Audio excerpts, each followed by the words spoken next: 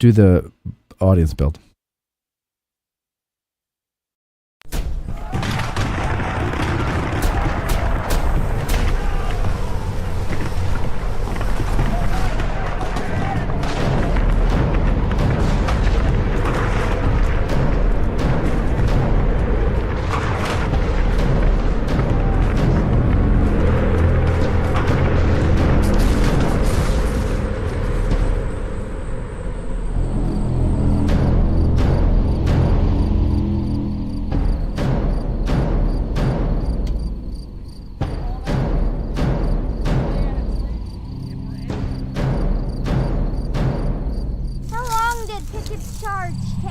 That's another great question.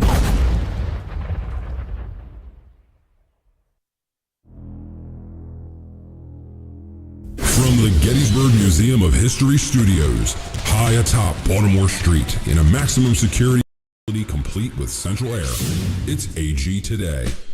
Hi, this is Matthew Leach. I played Sergeant Talbot in Band of Brothers. Hi, this is licensed battlefield guide Paul Bailey. Hi, I'm Dale Fetzer. Hi, I'm John Rothman. Hi, this is Bo Brinkman. Hi, Kenny Bordner. I'm a huge fan of Addressing Gettysburg. It is the greatest and most quality podcast ever. Listening to it right now. God, you're so lucky. Don't ever go on America Got Talent. You won't make it.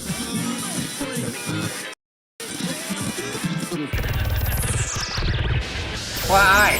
Did you say Whatever do you mean? Never fight uphill, me boys. Never fight uphill. don't give a Infantry regiment. I could house that low. You're listening to Addressing Gettysburg Today. bonfire? Chattanooga, Chattanooga, Chattanooga.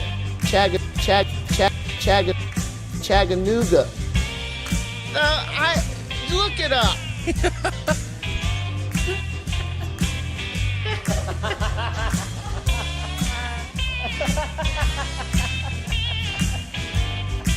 When I turn 60, I swear to God, I'm going to the gym. I hope that enthusiasm sticks. Hello, everybody, and welcome to AG Today. Sorry, we got a little bit of a late start there, but that's listen, when you're in the rough and tumble world of Live podcasts, that's what happens. You know, you have those moments, and you're like, but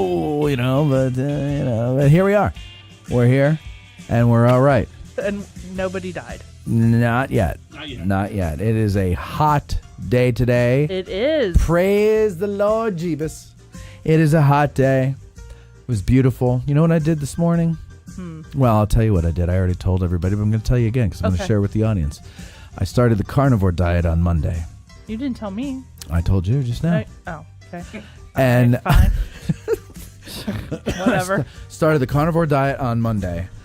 And I put together my griddle that I bought, my 36-inch Blackstone griddle that I bought last Swanky. fall. I bought it in the fall. Mm-hmm. And it is wonderful. I seasoned it, and then I said to Cindy, get all the meat that's in the fridge thawing, and let's cook it. Because I had to, season it more. I'm like, let's cook it.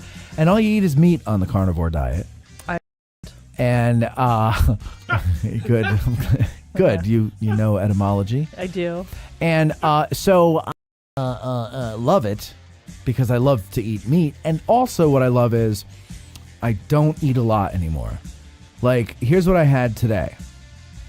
This morning, because it was so beautiful, I had a meeting at noon. So I had time this morning. And I was like, you know what I'm going to do? There's some stuff that I moved from the freezer to the fridge today. It's thawed out. I'm going to cook it. Cook it. So I cooked it up. Okay. Bacon. Okay. Pork rib meat, no bone.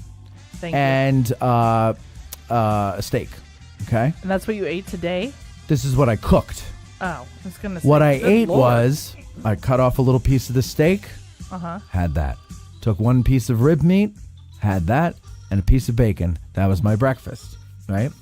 I'm only now starting to feel hungry. For lunch, 1, 2 o'clock, I had some of the wonderful. Hold on, I'm reaching back here. Where is it? Oh, it's behind you in the garbage. Ew. Wait, I need to see the name. Just tell me the name. It's the Ivy what? Ivy City Smokehouse. Oh my God, it stinks. Okay, it's delicious. Smoked salmon jerky. And by the way, if you're interested, Greg, the owner, dropped off 40 cases to give away. So if you want some to take home to Ezra and Mark, you can have some. Mike, if you like it. Everybody here can have it if they like it. Colby doesn't like it. We'll get to that later. But anyway, so I cooked everything up, and it was great. I have music going, and I'm out there, and it's beautiful. It's not too hot at that point. You know, nice cool breeze, beautiful sun, blue skies. You couldn't get any better. You couldn't get any better. Can I tell you what I had for today? Well, but let me tell you this, though, about the carnivore diet. Okay. First couple days, it really messes with your stomach. So just be prepared if you're going to try that. However, it goes right through you. It does. But here's the thing.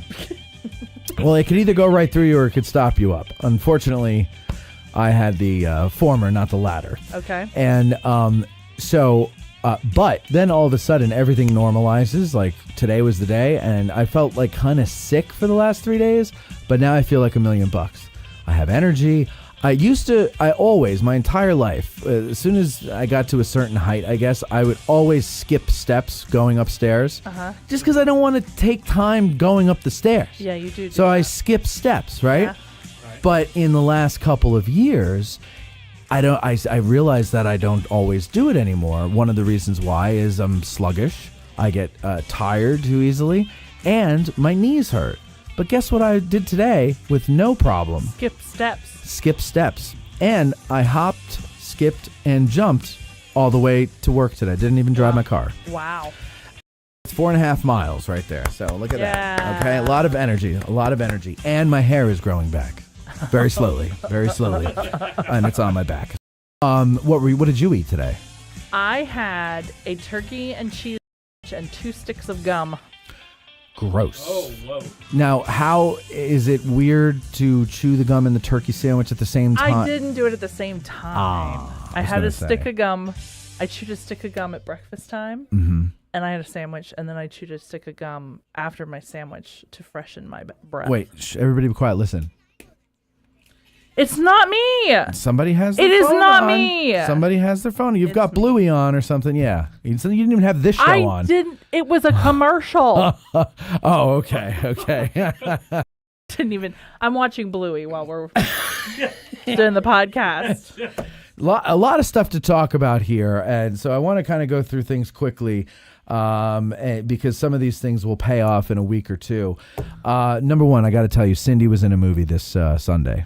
What? Yes. What? Yes. What movie was she in? Cindy was in, I don't know the name of it, but Sunday afternoon, Bo called me. Bo Brinkman, famous movie star from Gettysburg, played Major Taylor.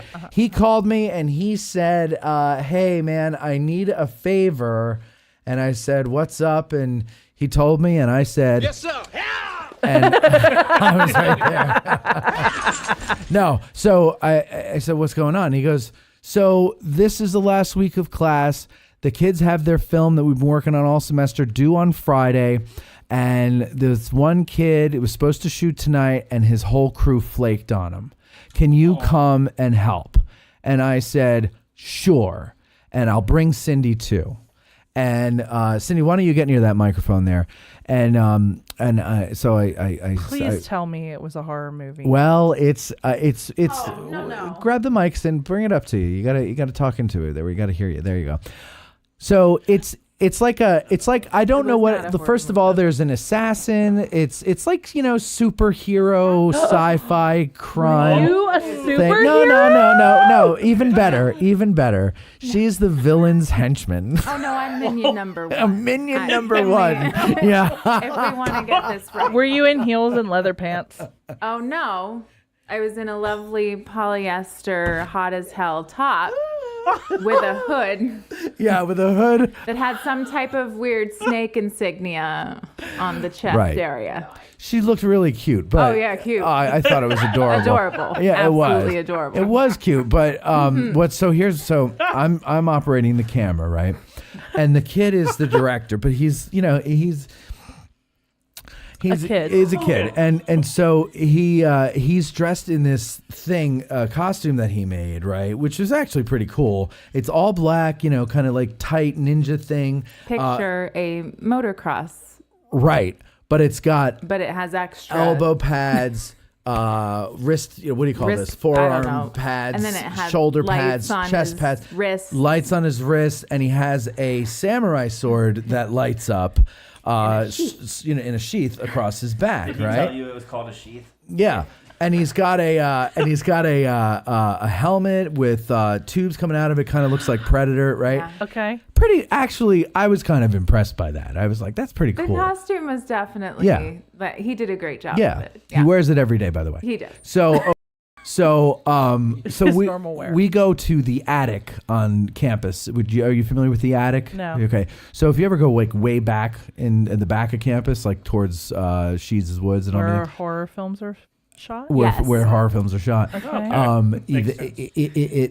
It's like a nightclub that they have. They have a nightclub? It's so cool. It is so cool. Yeah, I and want to do shows from that there. Every college doesn't have one of these, and that we didn't have one Right. when we were college That's age. what I'm pissed about. Is we have that. These big garage doors that open out to this to beautiful this balcony.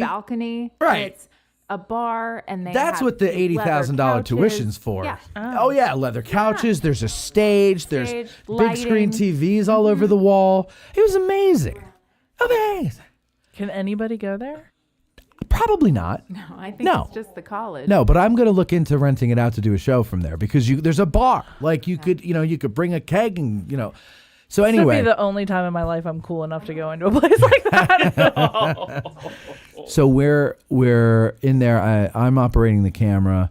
Bo's kind of just floating around helping in any way he can, and this kid is going to direct his friends. Now the actors, only one of them flaked, and then that's why Cindy was in it, right?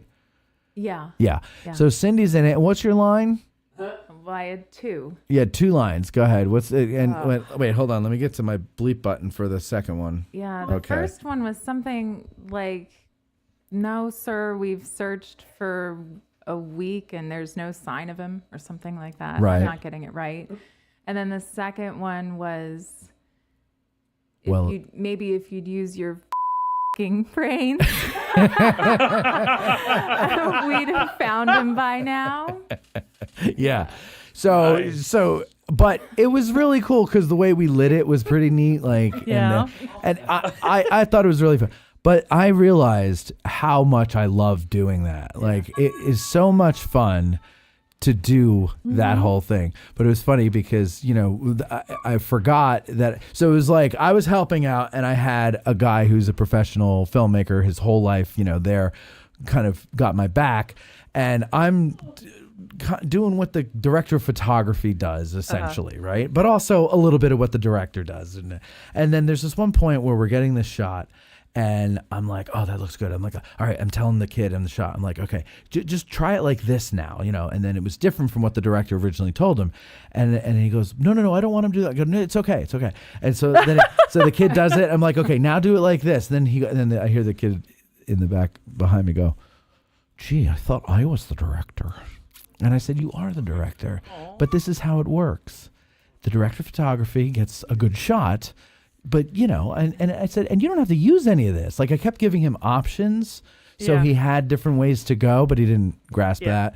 So he didn't really seem to appreciate that. But I had a great time doing it. And the best part is Cindy got herself into the picture, and I cannot wait to see it. I'm going to get a hold of it. No, yeah. no. Oh, yes. No. Yes, no, yes. Wait. At least What the was audio. your That's thing? not a Henchman 2? Minion 2. Minion 2. Number one. Minion number 1. Number 1. Don't demote me. Sorry, I was but minion you number spoke 1. second, right? Oh no, you spoke first. I spoke first. Yeah. I was minion number 1. And the funny thing was, so the way the shot was, the way the shot was set up was I have the tripod, and then the villain is standing in front of the camera, but we only see his chin and mid chest, right? But he had a very prominent Adam's apple and muscular neck, so when he would turn it, the vein would pop out and the light would shine off of it. It looked pretty badass. So anyway, so the whole place is dark, and he's standing in front of a big screen, which has just static, on it and everything, which is doing cool things with the light and all that. They're in the background, and back where they are, there's a wall that's just all light, and I thought it was glass, but it's actually just mesh, right? So it's like this meshy glass wall, or meshy wall with like lights and everything, like a screen, but these lights. So we left that on. We turned out all the other lights, and we just had that, and we had the light from the screens flickering and everything. They're silhouetted, and it's all in one shot. So he's in the foreground, they're silhouetted in the background, and then they're back there delivering their lines, and then after like take 3 or 4, I go, you know what? You guys should move like when so and so delivers his line, minion number 2 delivers his line, start stepping forward, and then villain, when you're supposed to interrupt him, just snap, turn around, and then you guys stop right by that pole that's there. So that was the direction. Problem was, the way we only had one lens. It was a zoom lens, but it didn't have a lot of width. It wasn't very wide. And so this kid was literally 7 feet tall. I think I'm pretty tall. He was towering over me. He made Cindy look like she was 5'2". I mean, I've never felt so short in my life. I've never felt so short in my life. This kid was like towering over us. Yeah. Like, hey, how you doing? So they whatever. So we had to do a little adjusting there, but it was a lot of fun to do, and I was glad to be able to help and get involved. And the camera we used was a camera that we're looking into getting for the studio here, so I got a little practice with it. Oh, cool! I like That's it. awesome. Yeah. Nice. A 2-for-1 deal. Exactly. You could tell he was in his element, though. He was having a blast. Yeah. Those 4 hours went by really quick. Oh, sure. Yeah. For me. It was really hot up there. Super fast. Everybody else was bored. Bo was starting to throw temper tantrums. Well, yeah, He's like, come on, I gotta go to bed. He was like, what time is it? It's almost 11. All right, come on. This is the last shot. There were like 34 last shots. But it was fun.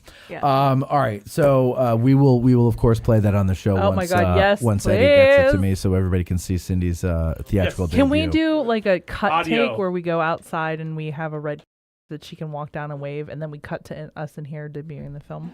I feel like that would be a lot of fun. I didn't understand that. Did you get that, Mike? You didn't either. Shut up. I'm sorry. I'm sorry. I would love to have understood that, but I just didn't. Whatever. So you have a story about butterscotch that I'm very curious about. So I have bake things. Oh, okay. Yay. And I found all these recipes for butterscotch things. Mm-hmm. Okay. All right, but you can't find butterscotch to save your soul. Yeah, what's that about? Why has that fallen out of favor? I don't know. It drives me nuts. But you can't find it. I love butterscotch. So I went everywhere looking for it and couldn't find it. Finally, I mentioned this to my babysitter, my son's babysitter, really. And I don't have a babysitter. Not yours, yeah. He's for my son. I need a babysitter. So. And her husband is helping at King's Produce, which is on 97 going towards Littlestown. It's that Amish farm that has the produce. And he's like, well, ask Samuel. He might be able to get you butterscotch. I'm like, okay. So I go in there and I'm like, hey, do you have butterscotch? And he's like, no. And he said, but I might be able to order it. I was like, okay. So he goes and he gets his catalog and he comes out. He goes, I can get you 50 pounds Oh, my God. of butterscotch. And I'm like, Sounds like heaven. I don't need that much butterscotch. I'll take it. Just ever. And he's like looking through and he goes, okay, here's smaller morsels, but they're 25 pounds. And I'm like, well, then never mind. I don't need that much butterscotch. And he said, no. I will sell it. You just tell me how much you want. So he calls me to tell me it's in yesterday. I said, well, can I come look at it before I tell you how much I want? Because I am not one of those people that can actually look at a measure. Figure it out. Yeah. And go, that's a pound. Right. Okay. Or that's 3 inches. Or that's 3 inches. Right. And so Colby knows how to tell that. The best looking 3 inches out.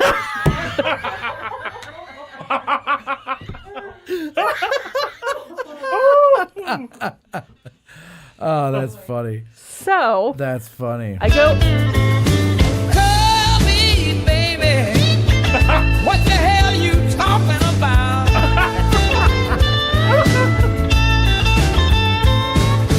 Call me, baby. What the hell you talking about? We're just sitting here having a good talk.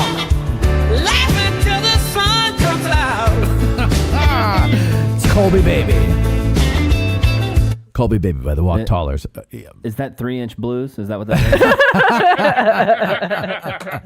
is? All right, go ahead. Finish. So keep going with your story. So I go there today. Yeah. After all of this rigmarole, and I walk in without... That's the worst marole. Yeah. Without money.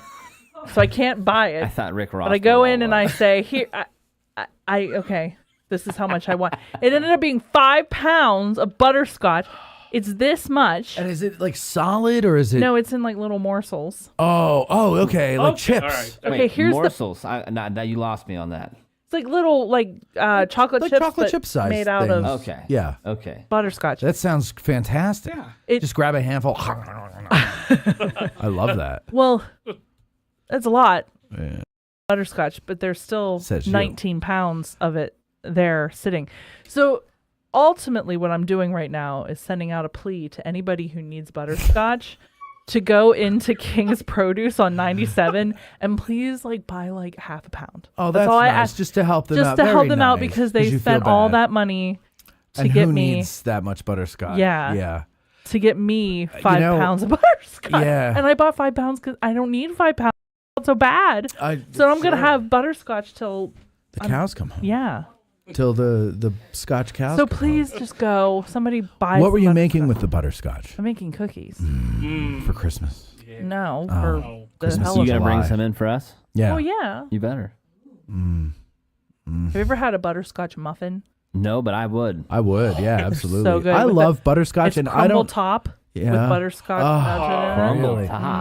I don't know why butterscotch has fallen out of favor with But it the world. totally has. You can't find it. You can't find, and then when you Butterscotch find on it, ice like cream? butterscotch topping on ice cream, it's never No. good. It's not like what I remember. It's like plastic tasting. yeah, Yeah. it's gross. It's faux butterscotch. You need No, real this was butterscotch for stuff that. Yeah, you do. Disney. Now, if you go to Disney, like Disney World, Yeah. you go to their ice cream shop, they will give you real deal butterscotch. I would imagine that's true. Like on Main Street, USA. Yeah, or, yeah. right when you come in the park, there's that. Because that's when butterscotch was like the thing. It's weird how things just go out of style. Like I learned about butterscotch because my grandfather used to like it on his ice cream, and he'd take us for ice cream, he'd get it, and I would try it, and I'm like, that's pretty good. And so now I like butterscotch, Yeah. But most younger people, they've never heard of butterscotch. They think No. you're being racist, and Yeah. I'm like, no. Because they hear Scotch and they, people from Scotland, and they think they're All it is conditioned. adding butter to sugar. I know. No. Yes. Yeah. Right. It's caramel with butter. Yeah. Yeah. But it's not though. It's a whole other deliciousness. Yeah. You know what I mean? But it's a very old. So the recipe that I have is from a very, very old cookbook before chocolate chip cookies existed. Right. So instead, they had butterscotch cookies. Mm-hmm. And that's what I'm trying to make. that's So this good is like a cookbook from It's like old timey cookbook. yeah, I think the 1870s or something. Oh, nice. Oh, wow. Nice. Yeah. Well, good. Bring them in when you're done. Mike Lentz is in the room here with us. Michael, hello. Hello. And you, sir, were with us on Saturday. We had we sponsored the ABT's annual conference, and they had it here in Gettysburg. And so look, when I go to things, I tend to flit about. No. Yeah. Really? What? And I didn't want to leave Cindy at the table alone, and we were allowed I was allowed to bring There's gambling going on in this establishment. Shut. I was allowed to bring a total of 3 people. I don't know what to do. And so I said, well, all right, I'll bring Mike because people know 6 questions, the great 6 questions lens. By the way, spotlight on 6 questions lens coming out on Monday on Patreon. And then I thought, well, then I can go flit about and I won't feel bad about leaving Cindy all by herself at the table. That's what, that's what we did. But really, not many people came in there. We had a few. They were passionate people. Yeah. A few interesting individuals. We also served the absolutely vital function of when a conversation ran too long, you could get up from behind the table and leave me and Cindy behind as a rear guard action as you made a tactical retreat. This was amazing, and I'm glad you guys were there for this. So there was, first of all, it started before I got there, but I got back to the table and there was this conversation going on, and it was making me laugh because I was talking. There were two people there when I came back. One is a guide, and you and I were talking to him. We're sitting at the table. Poor Cindy's standing in the corner, cornered by this guy who just assumes that because she's at a history event, she knows everything about history. Everywhere, all the time, no matter where you're talking about. And I guess they were both from the same area of Pennsylvania, and he started talking about these really obscure colonial wars. Like, from, like, that nobody's ever heard of it. Talking about the Poconos. I know more geography of the Poconos thanks to him than I ever did before. And and he would say, because like the blah, blah, blah war, and she'd be like, oh, yeah. But I knew that she's like, this son of a bitch, referring to me. Like, this son of a bitch. I can't believe he left me here. And so then somehow I get into the conversation with the guy, and I don't even know what it was that just rubbed me the wrong way. But I was just like, he had his teeth. Okay. Yeah, he did. I'm trying to figure out who it was, and the only person you wouldn't know. Okay. You wouldn't know him. I didn't know him. Oh, okay. I didn't recognize his name. No. Yeah. But it was it was just getting to be too much for me, and so I don't remember how I made the escape. But I made you just got up and you left. Dude, that's the only track to take sometimes is to just leave. You have to Tommy all the time. You do. I'll leave him. So someone will be talking to the two of us, and they'll be like, they've gone way. You know what it is? Is the lack of understanding of social cues. Yes. Yeah. Exactly. So that's what was going on there, dude. Like I don't know what's happened to people being able to recognize social cues. They can't. But I think people spend too much time online. I mean, I think it's a multitude of things. Yeah. But regardless, I come across it all the time, and it happens the most with me and Tommy. Like if we're walking somewhere to get lunch or whatever, Tommy will end up talking to somebody. His sidekick. Co-host. On my show. And best friend and lover. Since like 2007. Yeah. I did not know that was his name. Yeah, Tom. Well, it's not. It's Brett, but they call him Tommy. Okay. Is it really? Brett Thomas. Yeah. His real name is Brett? Yeah. Okay, this makes so much more sense now. But Okay, go continue. Sorry. Names, but it happens to us all the time, and Tommy will engage with it, and I'll engage with it a little bit right in the beginning. But Tommy he'll dig himself into a hole there's no getting out of. Right. So there's people that don't know how to read social cues, saying this person doesn't want me to keep talking to them, and then there's the people who don't know how to extricate themselves from a situation. Like Tommy can read the cues, but can't get out. Once it started, it's like he's trying to be nice. He wants to be nice. It's hard. Exactly. It's hard to do that. I will straight up turn and walk away. Yeah. They've just forgot. I act like they've forgotten that I was a part of the conversation. Well, that's I think I pretended that I wanted to talk to Owen the Clapper. Yes, he did. Or something. You Is that got what it up was? and made a beeline for Owen the Clapper. Right, and I was like, "Oh, Owen, remember that thing I gave you?" And I just went over to him, and I had that it. Is so mean. It is so mean. I think it's hysterical, dude. I'm telling you right now, as the woman on this show. Yeah. Go ahead. There is nothing more annoying than when your significant other walks away. I think it's fantastic. Well, how about take it from look at it from the significant other's point of view. There's nothing more annoying when his significant other is forcing him to engage in a conversation with an annoying person. Not saying Cindy did that. I'm saying in your case. Like you're saying that. Oh no, I'm talking to you, Beth. Maybe Mark is like, why are you forcing me to talk to this person? I'm out of here. Never forced Mark to say anything. Never forced Mark to talk to someone. Don't be asparaging Bethany like this. But when we go to nerd conventions, Linda, he walks away from me all the time. He walks away from me. Well, because that's and you'll talk to everybody. I could. No. At the this is a different thing. So at the nerd conventions, he's in his element. Those are his people. That's his tribe. He's like, I can't. I have to just go. My brain is too overstimulated, and I'm so excited, and I just can't hide it. I'm about to lose control, and I think I like it. See you later, Bethany. That's what he's saying. Because like he'll sign me up to work for things, and Right, we'll so both he be can- working. Oh, okay. And then all of a sudden, I turn around to ask him a question because he's supposed to be in charge. Right. And I turn around and he's not here, and he went off to shop or to talk to somebody, and he never comes back. And I'm stuck at the registration That's table. That'd be a comedy skit. That'd be a good comedy skit. He goes to shop.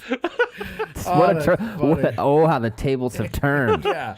How the turntables have It's no longer hold my turned. purse. It's, hey, work this job for me. Right. I seriously think he signed me up for things so that I'm like his shoe-in. Like, we'll both work registration.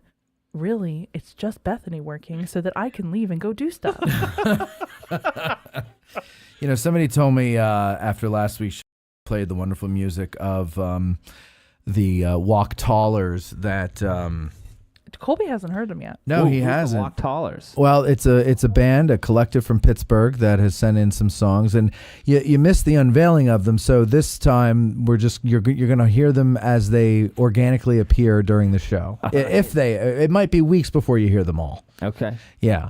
Or you could go back and listen to last week's show, but that was the whole point, because there's like 5 or 6 about you, and I was like, songs about me? oh yeah, and I was Didn't like, you get didn't that you just Colby hear the one? song was about you? What Colby song? The one I just played. What the hell, Colby? What the hell is wrong with you? I didn't realize they were saying Colby. Because you were talking during the whole thing. It's just Colby Baby is what they say? Hey, listen. I thought he was saying Colby Jesus Baby. Christ. Colby stole the show with another monologue. Steering the talk to America's fog. Matt and Bethany trying to house that loaf of cheese today. Wow, what a show! This is my favorite. Colby, baby. Oh, yeah. Were you ever in the Marines? Colby, baby. Were you ever in the Marines? Well, the audience never knew that. Now they're brought up to speed. How's that loaf? That is so good, dude. That's awesome. I want to know Oh, God when they almighty. got the words for these songs, they looked at it and went, how's that loaf? I'm supposed to say, how's that loaf at the end of the song? Well, they wrote it. And multiple songs, too. They wrote them. So, I mean, I didn't write this. They wrote it. So they, these are the things that they noticed. House that loaf. They sent me some new ones this week. Did they hear us listening to them? What? Did they hear us listening to them? I don't know, actually. They didn't say. Okay. I told them that we did it. Okay. Colby stole the show with another monologue. Steering the talk to America's fog. Man and Bethany trying to house that loaf AG today. Wow, what a show! So you see, we got some there. That's great, dude. Did you know that back in the days of Motown, they did a song about cars crashing into buildings here? A car crashed into a building. That's the 30th one this year. If they didn't put those buildings there, the road would be clear. Just driving along without a care. Next thing you know, a building is right there.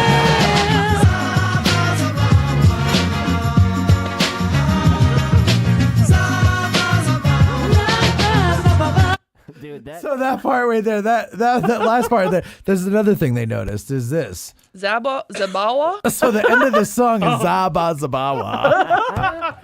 Dude, I'm back here. I'm jamming to that, so I could listen to that song. I know. In the car. A car crashed into a building. That's the 31 this year. If they didn't put those buildings there, the road would be clear.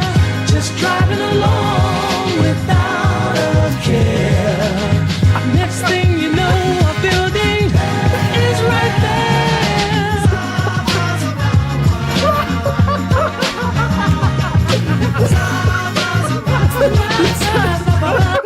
The Temptations singing Zaba Zabawa.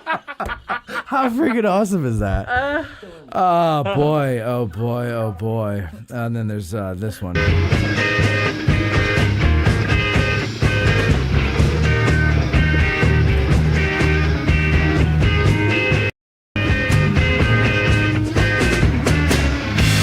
A car crashed into a building, that's a 31 this year. If they didn't put those buildings there, the road would be clear. Just driving along without a care. Next thing you know, a building is right there. Zaba Zabawa.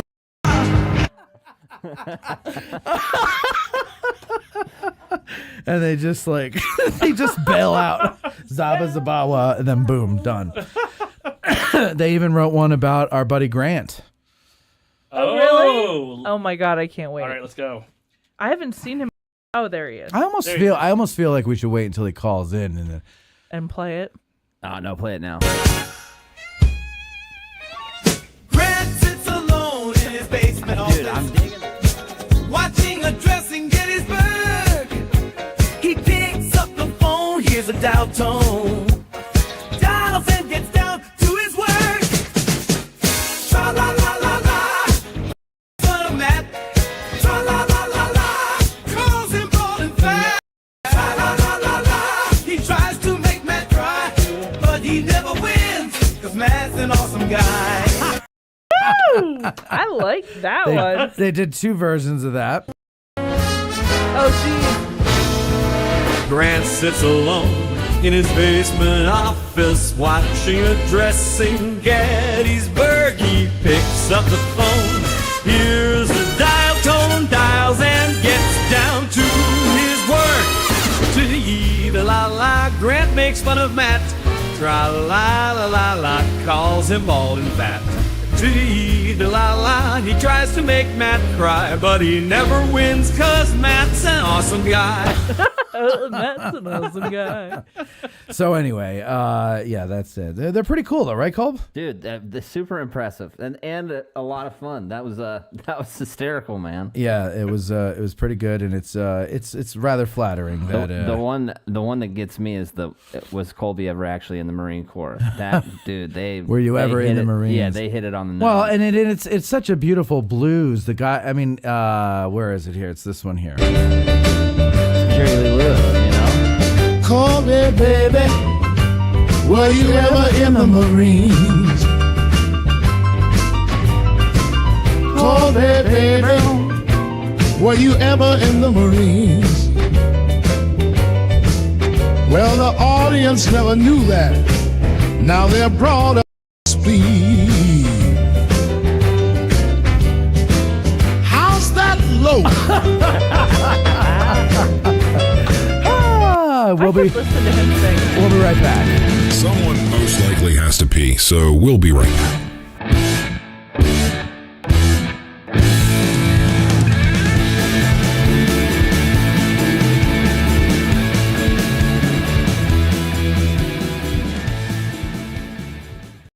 Hey Gettys nerds, 2024 is shaping up to be a fun year for Addressing Gettysburg, and we want you to join us.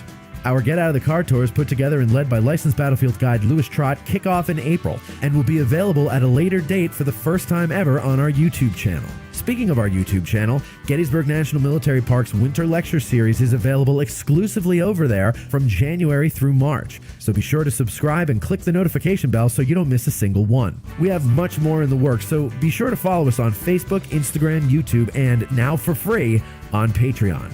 We hope to get to meet and spend time with many of you this year as we spread the word about the Battle of Gettysburg and the Civil War. Help us teach the masses that history is not boring. Movies and documentaries about history are spread out across the internet, and their quality is often suspect. History Fix delivers curated historic programming to your preferred device using their website or branded apps. Join History Fix for movies, documentaries, short films, and how-tos. Addressing Gettysburg podcast fans receive 20% off their first annual subscription. So what are you waiting for? Sign up at www.historyfix.com and use promo code ADGBURG. That's ADGBURG. Want the freshest cup of coffee in Gettysburg? Then visit Bantam Roasters, formerly 82 Cafe at 82 Steinware Avenue. They roast all of their coffee in-house, and they have a full coffee bar to keep you caffeinated during your trip. Visit them at www.raggededgerc.com for their menu and shipping options for all of their freshly roasted coffee. Use promo code Hancock for 10% off your order in the cafe. This episode of Addressing Gettysburg is brought to you in part by me, audiobook narrator Mike Scott, narrator of Savis Beattie's Bloody Autumn, the Shenandoah Valley Campaign of 1864, and Unlike Anything That Ever Floated, the Monitor and Virginia and the Battle of Hampton Roads. If you are an author or publisher interested in having your titles produced as audiobooks, or even just in learning more about the process, give me a shout. You can find my contact info on my website, MikeScottVoice.com. That's MikeScottVoice.com. And Civil War Trails. It's the world's largest open-air museum, and they offer over 1,300 sites across 6 states. Drive the Gettysburg campaign turn by turn, paddle to Frederick Douglass's birthplace, or hike to remote earthworks and artillery positions. Visit civilwartrails.org to request a brochure and explore their interactive map. Follow Civil War Trails and create some history of your own. You're listening to the Addressing Gettysburg podcast. Abbreviations. Welcome back to AGT. Okay, where's the writer?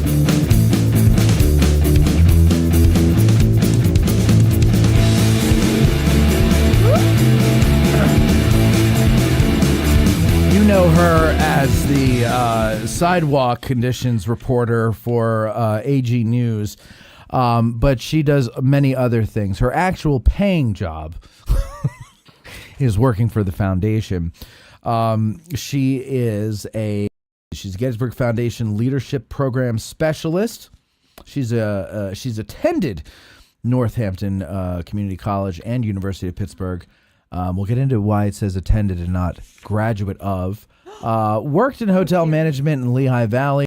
To Gettysburg in 2021 and joined the Gettysburg Foundation with the opening of the Children of Gettysburg 1863 Museum, a fine museum that you should all check out if you haven't already. And by the way, you don't need to be a kid. No. Okay, it brings out the kid in all of us. And it's also about the Children of Gettysburg in 1863 and how they managed and things that happened to them, right? So there. And she is now in charge of Higher Learning Leadership Program based out of Spangler Farm. She is Jaimee Umstattd. Thank you, Jaimee, for coming in. Welcome. A lot of interesting, great things going on at the foundation. What is this Higher Ground Leadership Program here? Subliminal. Can you hear me? Yeah, go ahead. I'm going to bring you up a little bit. Go ahead. So, yeah, higher ground leadership. So now I live out at the Spangler Farm. Well, at least it feels like I live there. So that's where you work now? Yes. Oh, that's nice. It's beautiful. That'd be nice and quiet. It's so quiet. Oh. It's kind of weird. Are you in a tent? Do you work in a tent? Like so? No. No. House is an office, right? Is that right? Yeah. So there's an office in the house? Yep. Okay. And so so that's your office. How many other people work out there with you?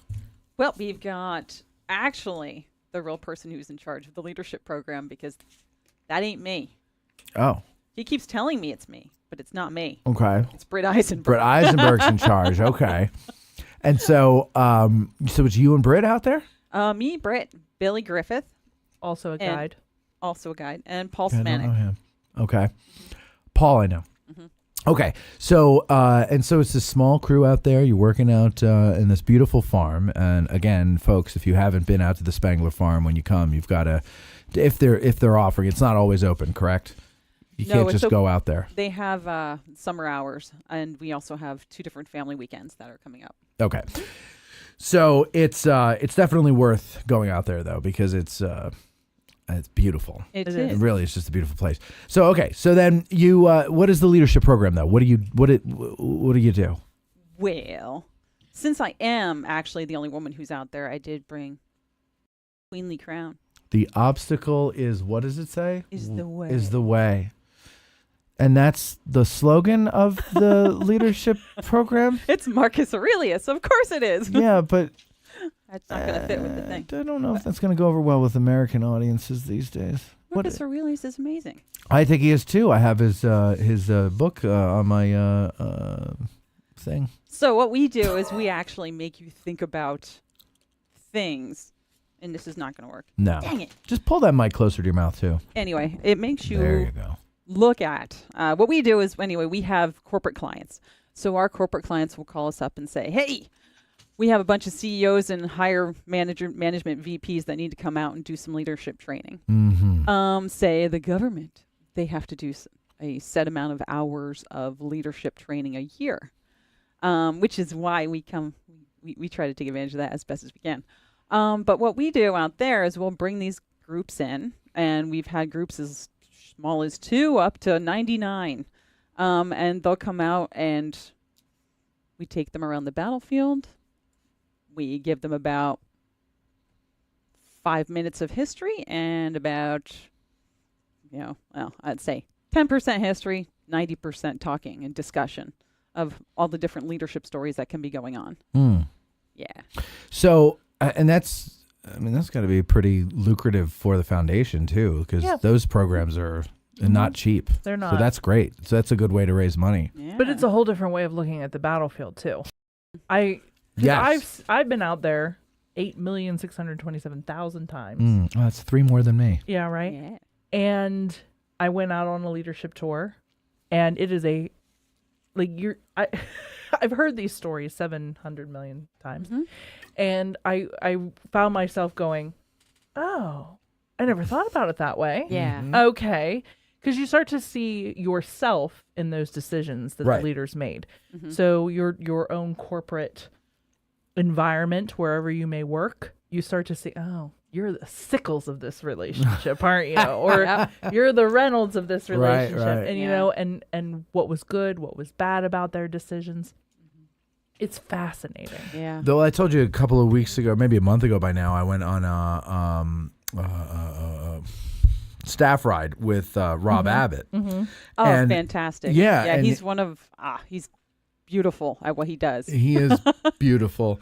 And so and beautiful to look at too. Yes. And anyway, I had never been on one before. I had never been on any of these leadership things before.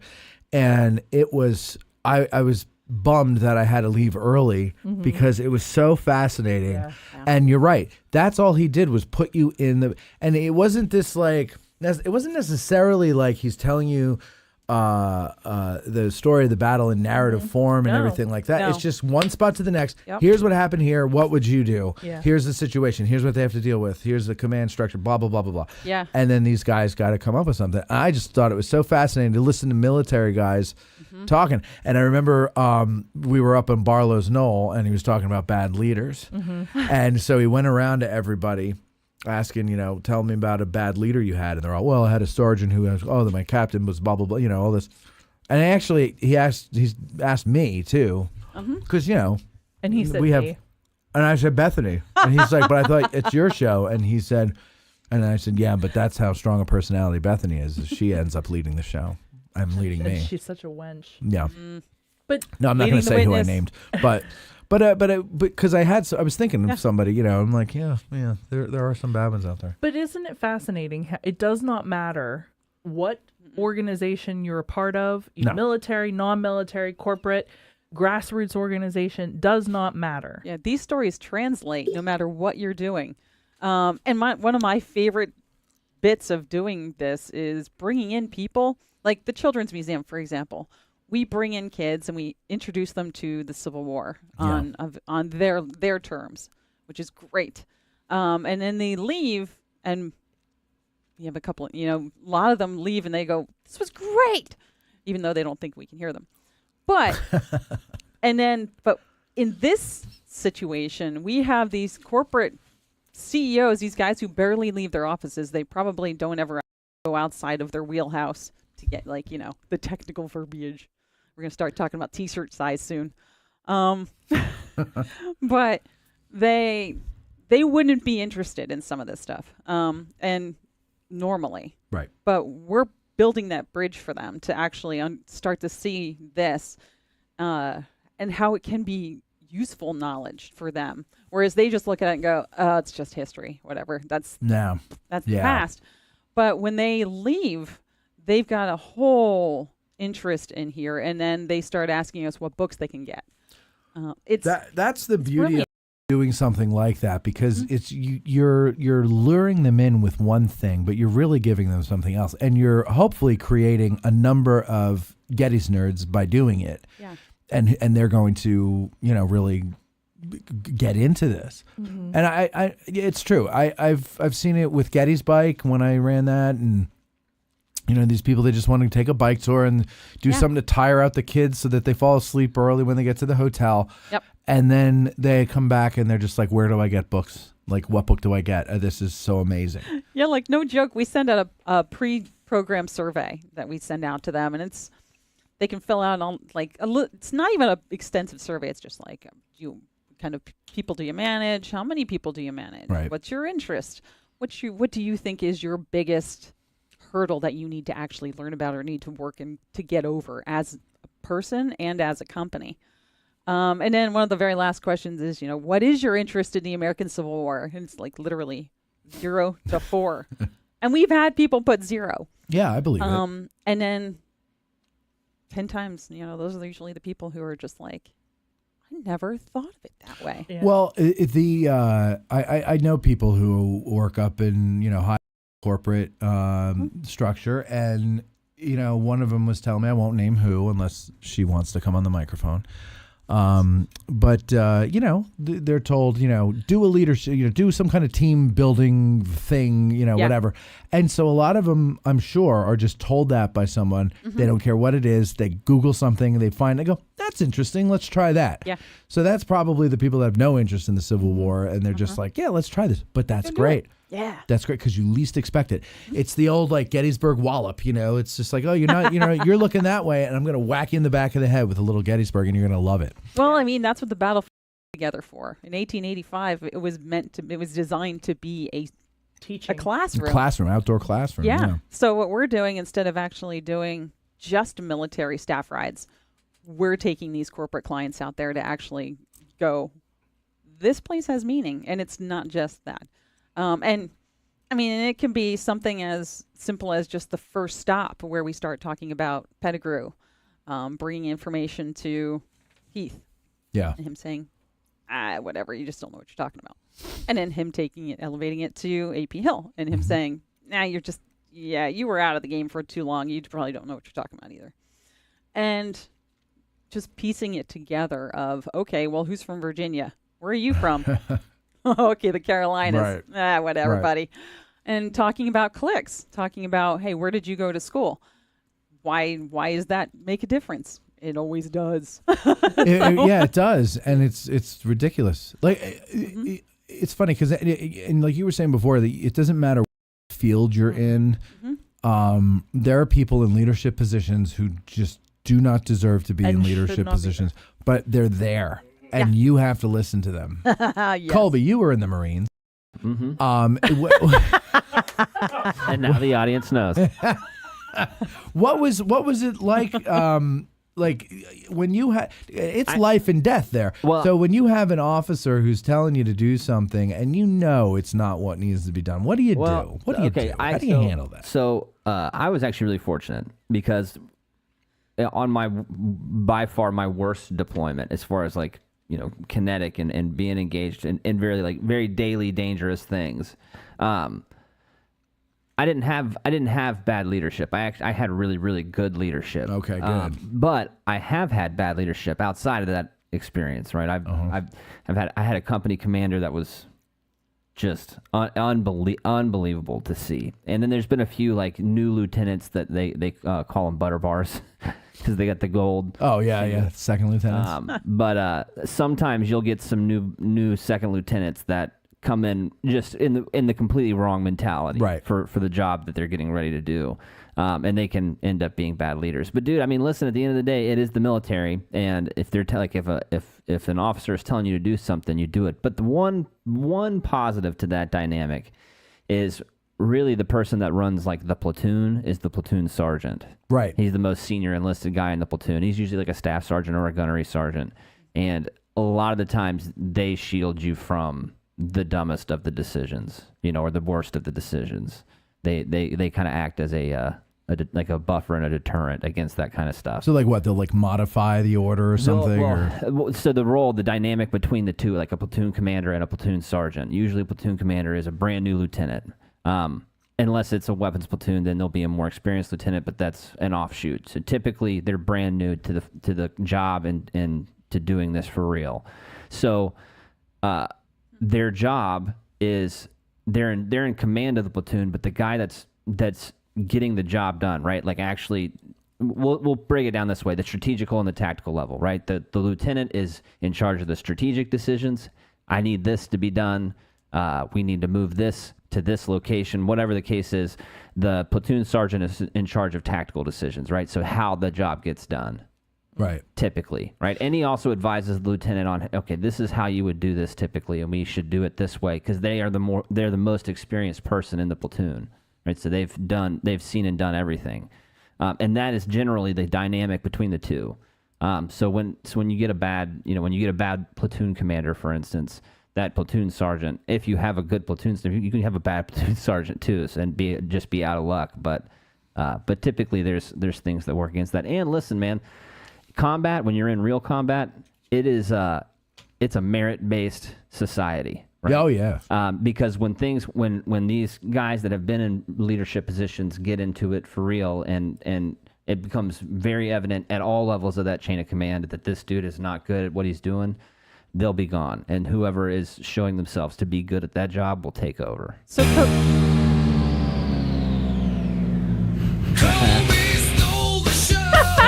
Yeah.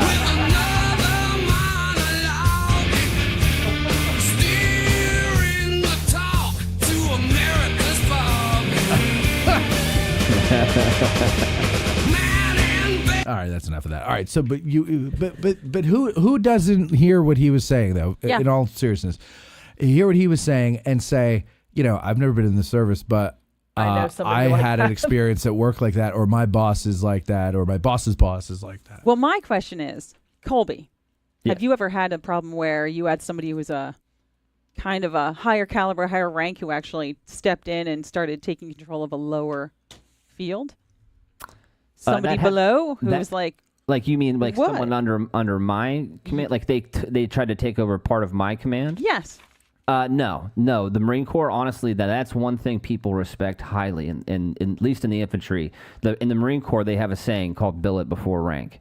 So you could be a corporal, but and there could be a sergeant or a staff sergeant in the same, let's say, squad. But if they make the corporal the squad leader, the corporal is in charge of the sergeant or the staff sergeant. So you've Really? never had a Reynolds out there who actually just decided to take charge himself and go to the front Yeah. That happens. and upstage everybody else. That happens never in the modern military.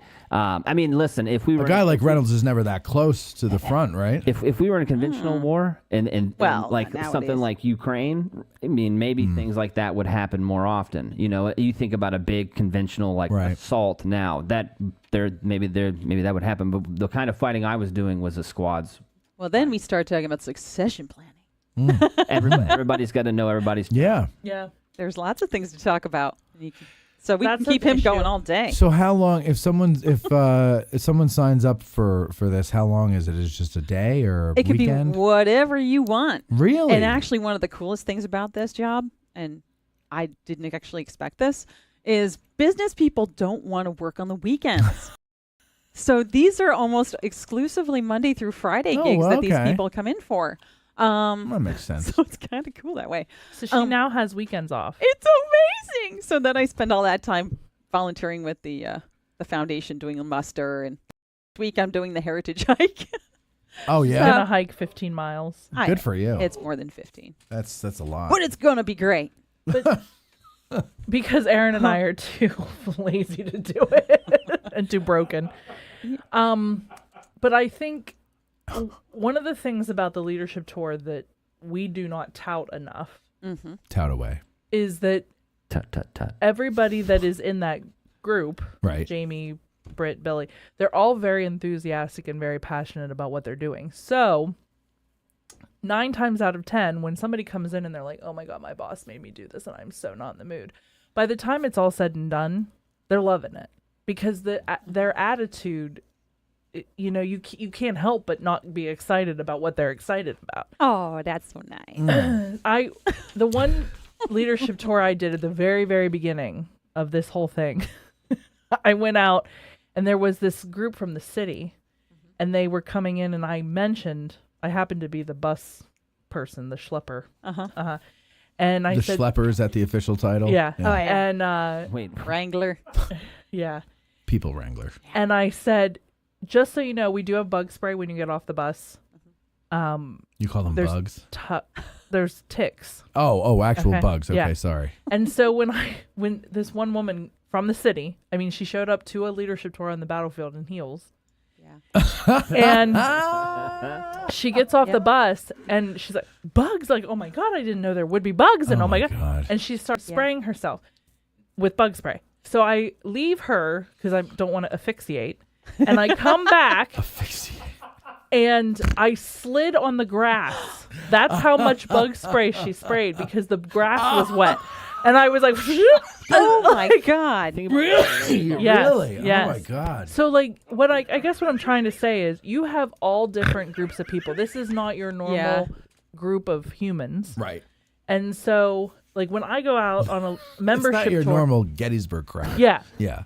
So when I go out on a membership tour, these are our hardcore nerds. These are the people that want to be there. Yeah.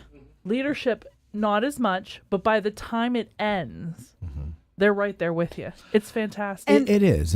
And I was going to say, we had actually somebody who just came through and had never even been to Gettysburg. And by the time they left, she had given us this brilliant idea about doing, because she was enamored with the idea of the witness trees, the trees that were here.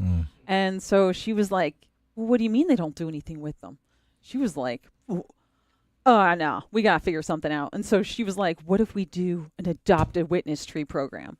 And so she actually, we had people brainstorming how they could actually make this place better and actually keep it. That's actually a good idea. Keep it preserved.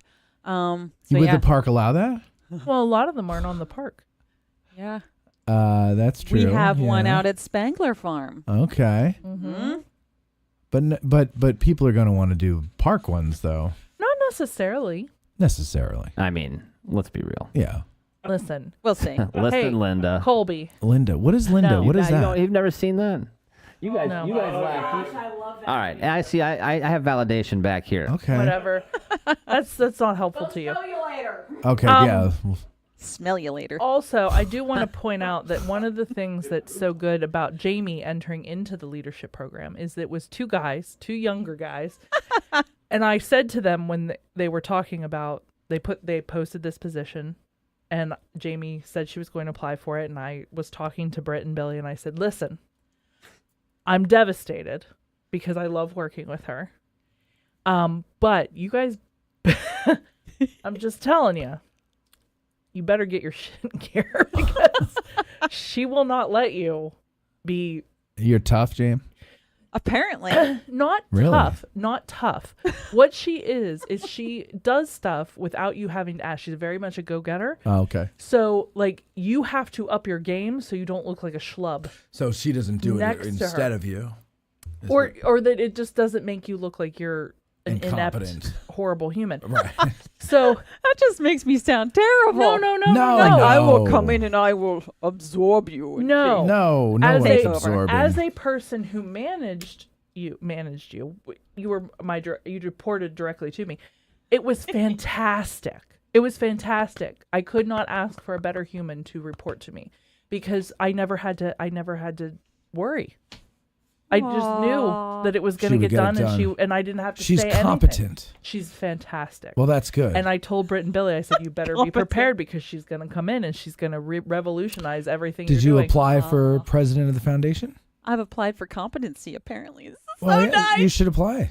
I Did they find a president yet? No, they're doing a national search. There you go. But Throw your hat in the ring. This is the other. I absorb like one piece at a time, and that's why I'm slowly starting to gotcha. take over the foundation. I figured I'd start small. You're- Start the okay. Children's Museum. You're like ease Cartman's my way Trapper in, Keeper. because they'd be like, she likes children. She must be okay and innocent. And then I'm working my way into the CEOs and minds of upper management of the world. You're telling your plan to people who are probably watching it right now. I know. I'm monologuing.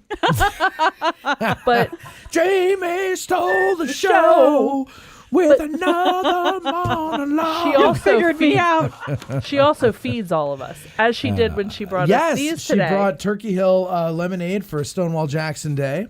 And I have my stressed lemon here from the Stonewall Jackson house.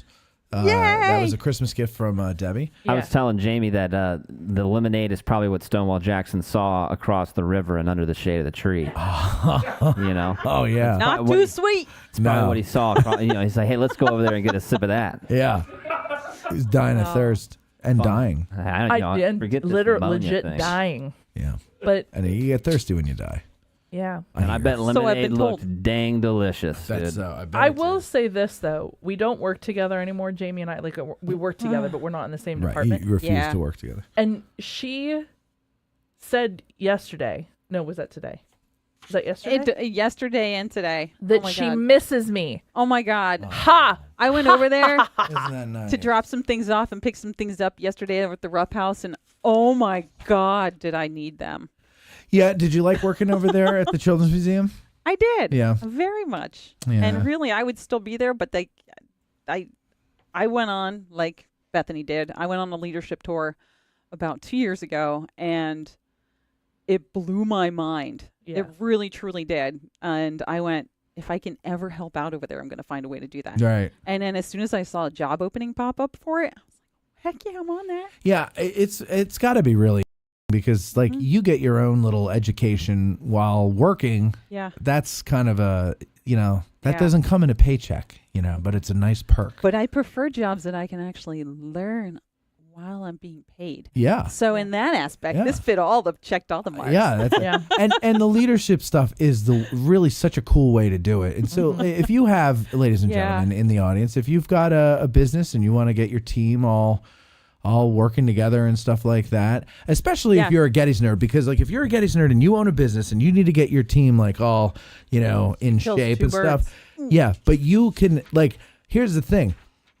If you're not, and you're just like Googling it and you find it and you go, oh, let's try this, and no one has an interest in this, and maybe you get an interest in the battle later. Yep. But no one on the team, especially the leader of the team in my scenario, has come with an understanding of this stuff so that when you leave, there's no way to reinforce it. But if you're a Gettys nerd, you listen to this show, you listen to Jim and Eric's show, you watch all the videos that everybody has out and everything like that, and you're really into this stuff, and then your team goes back and you're working things out, and then there's a situation that comes up, and you go, remember when we did the team building thing, and Jim Buford leading the boss and everything, so you got to lead me, and you got to let me know. And then, so Did it you would just be... say Jim Buford? No, I said, and Buford. He said Ann Buford. He Yeah. did. Yeah. I was reading his lips. I might have started to say John Buford, but then I just said, let's just go right to Jeez, Buford. you're going to break Britt's heart. So anyway, my point is that you guys, are in a better position as a Gettys nerd business owner because you could actually reinforce this when you all get back. That's true. Is it now, I'm not going to ask you to name how much it costs, but I am interested to know, if you have a small business, is this something that they can afford, or is it mainly big, Fortune 500 companies? Oh, no, it's absolutely what you could afford. In fact, it's based on what you want. Okay. We build this entire program Oh, so based it's on what customizable. your needs It's are. kind of a la carte. And you can even there's the traditional curriculum that we have, which is our basic going around. Well, just it's awesome in its own right, and it's a 1-day program. However, you can add on to that an after-hours dinner at the MVC. So you can go to the visitor center and actually have dinner there for you and 50 other friends. You can do that. You can have a licensed battlefield guide walk you through the museum. When you say dinner, like when they set up the tables in the so not like at the saloon, but like a catered, after it's closed. Yeah, in right. front of the museum door. You can have the whole area and the whole museum to yourself. That's cool. You can have your own private showing of the cyclorama. Like I said, we'll walk you through the museum with a licensed battlefield guide. And I mean, God, the other day I had filet and a crab cake. And it was amazing. So it's not just, you're not getting like a box lunch. No, I mean, you're getting a plated dinner where everything is brought to you. If you really want it, you can get your own bar, open bar for your group. So obviously, prices vary. However, if you want that and you're high end, absolutely roll out that red carpet. Yeah. This is for your people to actually come and learn. So I mean, we have the ability to take care of big name clients that are, Fortune 500 companies, and we're also, able to take care of somebody who's in town here. Peter Zach says, what about nonprofit organizations? Sure, if you got the money, they got the time, Peter. Bring it in. Right? I mean, what we do is the Gettysburg Foundation is the nonprofit partner of the National Park Service. So anything that any of these clients that come into us, it directly supports the National Park Service here. Right. So it kind of just goes around. So what we're constantly doing, no matter whatever you want is going towards the cause here and the greater good of the National Park Service. What I was going to say is it can be anybody too. We have a program coming up, an Encounters with History program, on June 15th. Yeah, that's what I was just about to get to. 8 to 4. Oh, yeah. Well done, sir. Took my job away from me. That's what she does, right? Anybody can come. Right. And anybody can come, and that can be AG people. It can be anybody in town. All right. Well, so, and history, high ground leadership, blah, blah, blah. It's Saturday, June 15th. Now, that's our Get Out of the Car tour, ladies and gentlemen. So you can come down for the Get Out of the Car tour, and then after the tour, you can head over there, right? What time is it? What time is it? Is it all day? 8 to 4, yeah. 8 to 4, great. So you do the Get Out of the Car tour in the morning, and then you head over there. They don't have to stay the whole time, right? It's come and go all throughout the day. No, it's you're going to want to come and stay the whole time. Well, you're going to unfortunately have to miss this year because we have the Get Out of the Car tour on June 15th. But if you are unable to go out into the fields with us, then you can register on the Gettysburg Foundation's website at gettysburgfoundation.org, or dun, dun, dun. You contact leadership at gettysburgfoundation.org. Yeah. Or you could call me. You could call Jaimee at 717-339-2165. 63. Well, 5 here. I think it's 5 because that's the leadership line. That rings to all of our phones. You don't actually want to take the call. I get it. Just go to the general line. Wait. There is a line that rings to all of your phones? Yeah. At once, and then whoever picks up. Oh, really? So yesterday, when I just went around the office and called until somebody picked up, I could have just called that number. Yeah. Yeah. Yeah. You really. But if you call Britt's line, it actually doesn't really go to his phone. So the saying is work smarter, not harder. Hey. Exactly. I didn't know about this. This is not published on our phone list. Oh, it is now. Secret. 339. Remember this. 339-2165. Oh, I'll remember it. So that's it is going to go on blast. You can register on gettysburgfoundation.org, or you can contact them at leadership at gettysburgfoundation.org, or call them 717-339-2165. Jaimee, thank you very much. What do you want? I wanted to say just better leaders, better citizens, better humans. because that's what we're trying to do. There you go. People. And the Gettysburg Foundation is going to do it one company at a time. One company at a time. Everyone's a leader, and except for me. And, you yeah. you are a leader. Yeah. I mean, the reality is that everyone's not a leader. I mean, have you met some of the people we know? I've not. Yeah, no. Most people are not leaders. I make it up every freaking day. Well. Yeah. You're definitely a follower. No. But, everyone is a potential leader. They just have to believe they can do it. And then you guys give them the tools to do it is what you're really saying. You're influencing people every single day, so you're a leader. All you have to do I is know that. be an example for somebody. You are so full of shit. I can't even. I wasn't saying I wasn't a leader. I'm talking about the rest of you people. Come on. No, but you're right. But that's what I'm saying, though, right? Like, everyone has one in them. You just need to, A, you got to believe that it's there. And B, someone who can teach you the skills of a leader has to teach you. I didn't say you needed to use your skills for good. I just said you needed to learn how to use them. Jeez, this is going south. Really? Dear. Jaimee Umstattd from the Gettysburg Foundation. Not good through the nose. In case you're wondering. Sorry, Bethany. Oh, Beth. Poor Beth. Oh, they got you. All right. Yo. Anyway, that's Jaimee from the Gettysburg Foundation Leadership The Program. She is a obstacle specialist. is the And don't way. forget, the obstacle is the way. And that is absolutely true. I understand what Marcus is saying. This is the way. And he is correct. Ladies and gentlemen, check them out. One more time, that information is gettysburgfoundation.org or leadership at gettysburgfoundation.org or call 717-339-2165. And we'll be right back after these words, okay? And don't be afraid, because we've got news coming up. And this news is amazing. It's going to be fantastic right after these words. Want to promote your Gettysburg business? Send an email to sales@addressinggettysburg.com.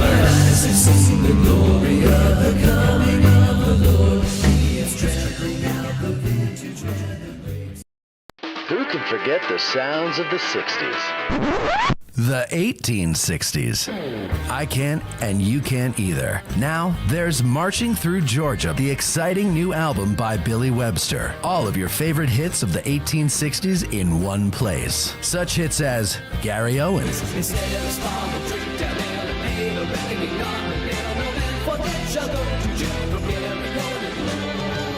the Battle Hymn of the Republic,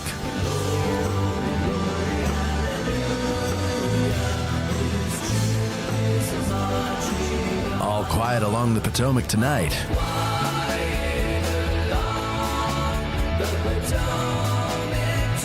Marching Through Georgia, and much, much more. So what are you waiting for?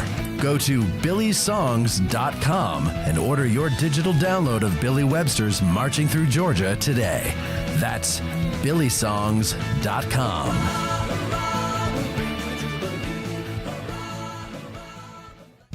Seminary Ridge Museum and Education Center, Gettysburg's premier museum, is housed in the historic Lutheran Seminary building constructed in 1832, a witness to the first day of battle. The museum's 3 floors of exhibits connect visitors to the dilemmas that led to the Civil War, provide a powerful and personal view of the battle's first day, and explore one of the battlefield's largest hospitals. No visit to Seminary Ridge Museum and Education Center is complete without a guided tour of the building's famous cupola, where on the eve of battle, officers and civilians saw thousands of Confederate soldiers' campfires burning to the west, and Brigadier General John Buford watched for vital federal reinforcements as fighting erupted on the morning of July 1st. Today, you can stand where Buford stood and discover how this view helped chart the course of the Battle of Gettysburg. Your trip to Gettysburg is not complete without a serious visit to Seminary Ridge Museum and Education Center, Gettysburg's premier museum. Purchase tickets online at seminaryridgemuseum.org or call 717-339-1300. To get tickets or a cupola tour, listeners may call or walk in and mention Addressing Gettysburg, or by ordering online using the promo code AG1863 for 20% off. Seminary Ridge Museum and Education Center.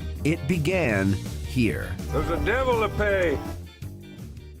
If you're a lover of history, then go to trhistorical.com. There you'll find apparel, drinkware, decor, and more featuring a wide range of interests from the ancient world to the Cold War. Looking to make an impression with the perfect gift? Well, TR Historical now offers gift cards and a vintage wrapping service for a truly unique presentation. And our listeners will receive 10% off plus free shipping in the U.S. when you use promo code GBERG1863. So go to trhistorical.com, TR Historical, for the love of history.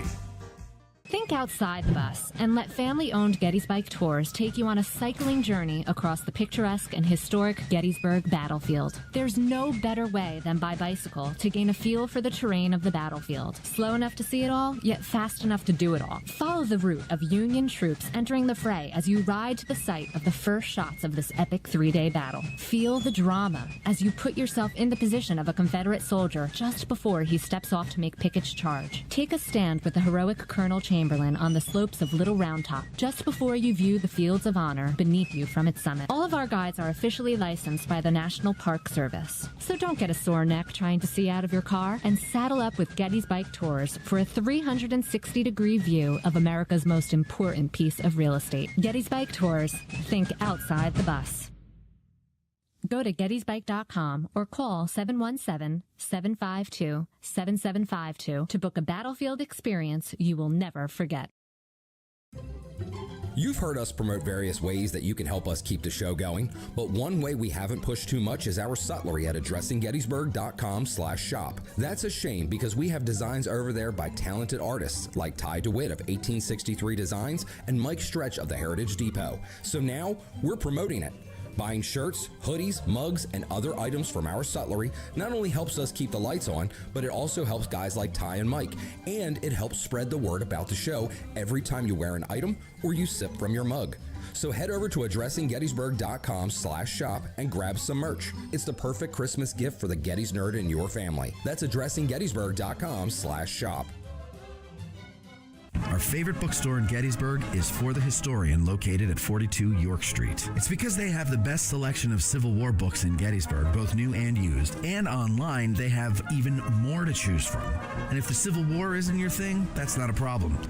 This is For the Historian, after all. They cover history from the ancient world to the 21st century with a strong selection of World War II and American Revolution books. It's astounding how many thousands of titles from Osprey, Savas Beatty, UNC Press, and more they have in their store. And that's because, well, they have a warehouse too. And that's where they keep all the books that are available online at forthehistorian.com. And folks, if you go to forthehistorian.com now and order books until you're blue in the face, be sure you mention that you heard about them on Addressing Gettysburg in the Note to Seller box, and they will refund your shipping costs. And if you prefer to stop by when you're in town, well, you could do that too. Just mention Addressing Gettysburg at checkout, and they'll take 20% off the retail price of your item. So go to forthehistorian.com or stop by 42 York Street, or you can call them at 717-685-5207. That's forthehistorian.com or 717-685-5207. You're listening to Addressing Gettysburg.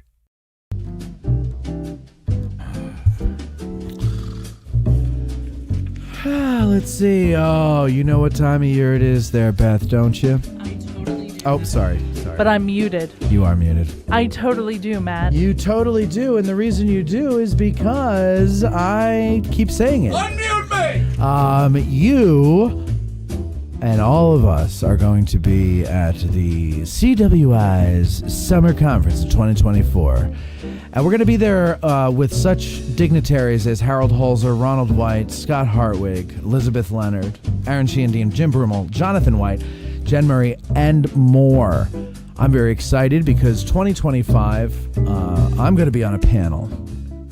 Yes. What? Exactly.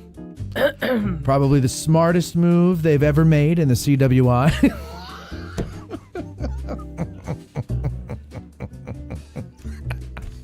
Sorry, didn't mean.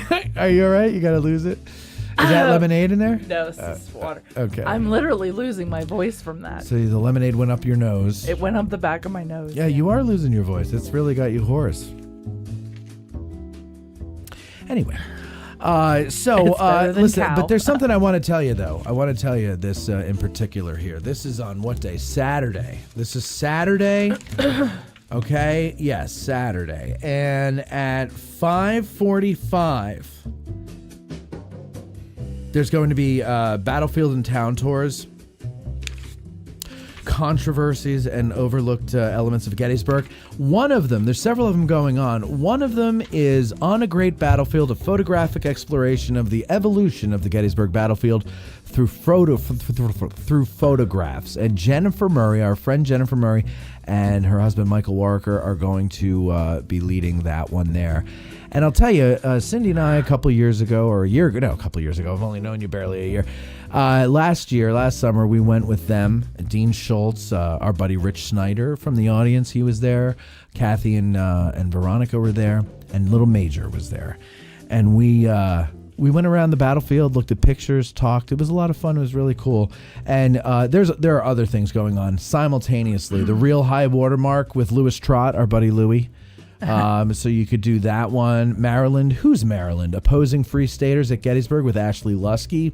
Benner's Hill and the fight for the Union right flank. Troy Harmon. It's hard to choose. You can't pick just one. So we're going to leave that up to you to pick whichever one you want to do. You got to sign up, though. You got to go. You can either Google it, like everybody says, or you can contact civilwar@gettysburg.edu or 717-337-6590. Get there and make sure you come up to the room that we're going to be in and say hi. We'd love to meet with you and talk. And I'd love to get your autograph. So we'll do that there. See you in June. When is it? It's 7 through the 12th. 7 through 12. 7 through 12. See you then.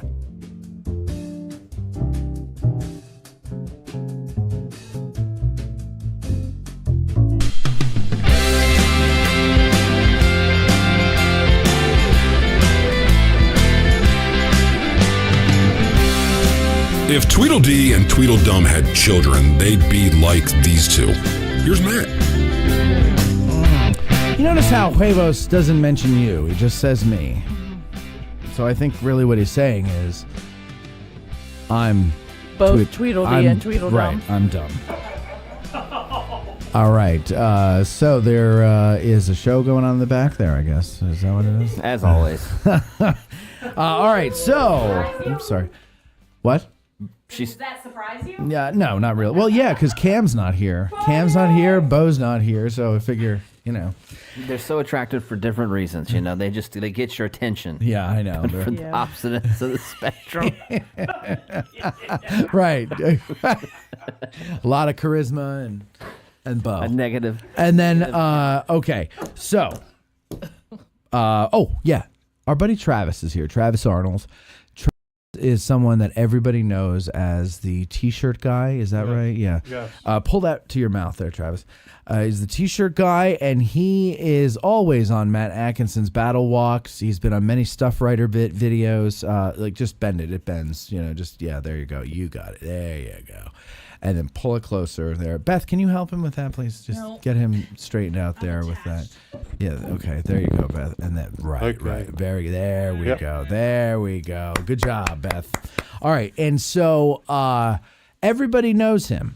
When Matt has a lecture, you're in the front row, and you've got T-shirts on, and Matt always points you out. He'll pull you up. Yeah. But he never lets you talk. Doesn't want to hear from you, he says. Right? He doesn't say that. No, he don't say that. No. But he'll be like, "Oh, we got Travis down here with his T-shirt on," and then he'll pull him up and he'll point to whatever, and then he'll push you. He pushes you into the chairs, doesn't he? Yeah, but no. Yeah, but no. Anyway, so who are you wearing today? Show the camera there what you're wearing. This is John Caldwell's 1st Division, 2nd Corps. Caldwell's 1st Division, 2nd Corps. There you go. With Edward Cross. Get up a little bit there so we can see the guys at the bottom there. Stand up. Just stand up just a touch. There you go. Sit back. That's fine. Sit back like that. Okay. Point him out to everybody who doesn't know. Colonel Edward Cross. Edward Cross. Patrick Kelly. Sam Zook. And John Rudder Brook. Zook and Brook. And at least they rhyme. What made you wear that today? Something. How many of these do you have? Probably about 50 to 60. Yeah, because I mean, every tour you go on, you make a new shirt, right? I mean, I had them made years ago, pre-COVID. Oh, I thought like you get them made for the tour you're going to go on. No, so you just had them all made. Yeah, all made. Travis, you just broke his heart because he thought you made T-shirts for his tours.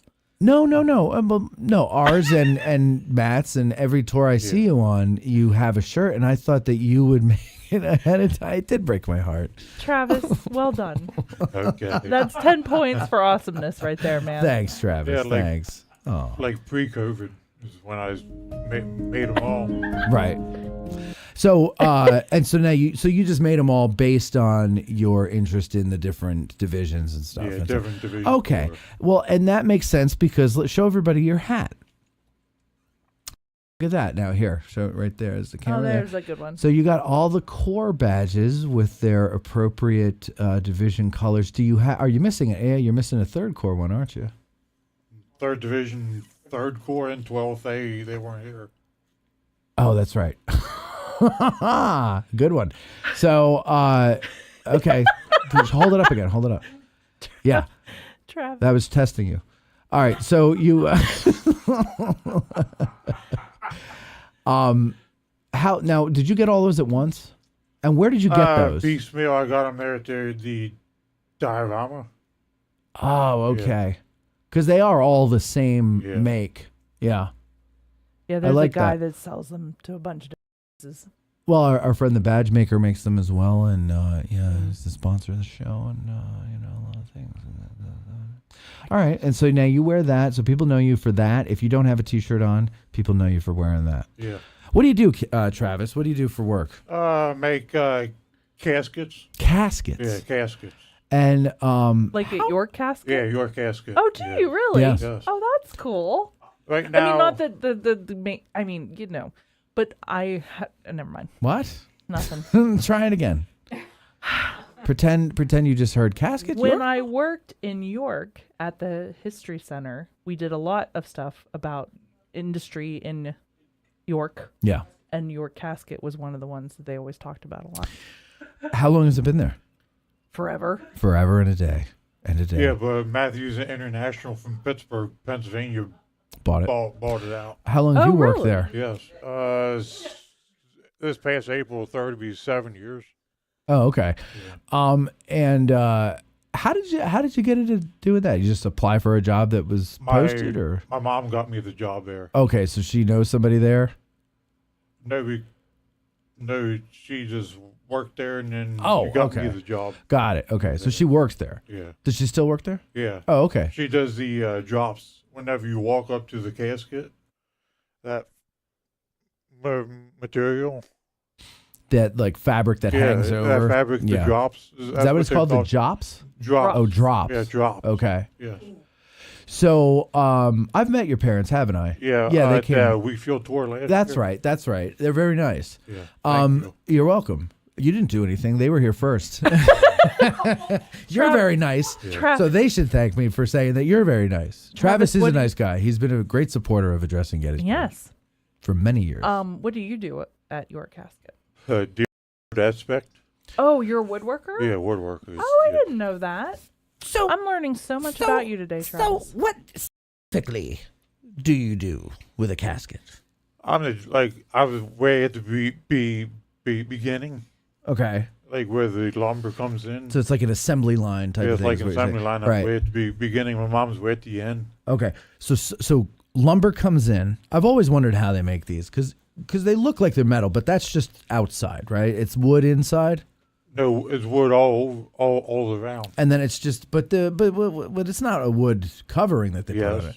No, I've touched them. They're like metal. That's because Matthew's got 2 metal plants and 1 wood plant. Okay. Yeah. So it depends on what kind of casket. So you're doing the wood ones. Yeah, the wood ones. Oh, now okay. So they still have wooden caskets. Yes. 340 a day. They wanted 330, 340. Wow. Really? Yeah. During the height of the pandemic. Oh yeah. They wanted 425 I bet. a day. So who's are the wooden caskets more for like? I don't know if I've ever seen a wooden casket at a wake. It's just preference. Like whatever you choose to buy. So what are they? How long did they last? Underground, the wooden ones. Not as long as the metal one. Obviously, no, like decades, perhaps. I mean, they're Probably, in vaults, right? So, yeah, in but vault. water gets in there eventually. If doesn't it's it? a good seal vault, probably not. Yeah. And then, there's a YouTube channel called Ask a Mortician, and Oh my God. it's very interesting. What's her name? You know her name? Caitlin? Caitlin, yes. She's really interesting, right? Yes. Yeah, and we eventually often will turn to some form of soup. So it's kind of gross. Yeah, it's like soup and an hour bones are left. Yeah, exactly. Yeah, it's like when you have a chicken soup that you use like the carcass guys, of the guys, cartilage, man. Beth, what? I'm sorry. Oh my God, I'm so sorry. I didn't mean to do that. I won't steal it all. I'll leave you some cartilage, Beth. We are so on the edge of where my fears jump in. That was fantastic. All right, so continue. I'm sorry. Whatever. You're not sorry. No, I'm very sorry. So, Travis, the guy who owned York Casket, that's like a old company, right? Yeah. Yeah, like I'm sorry. No, I don't. They've been around forever and ever. About 80, 90 years. Yeah, Yeah. it's been a long time. They're like one of the older companies in York County. Yeah, that's still around. And so lumber comes to you. You get the lumber. You're like at the beginning of the assembly line. beginning. And what's the first thing you have to do to it?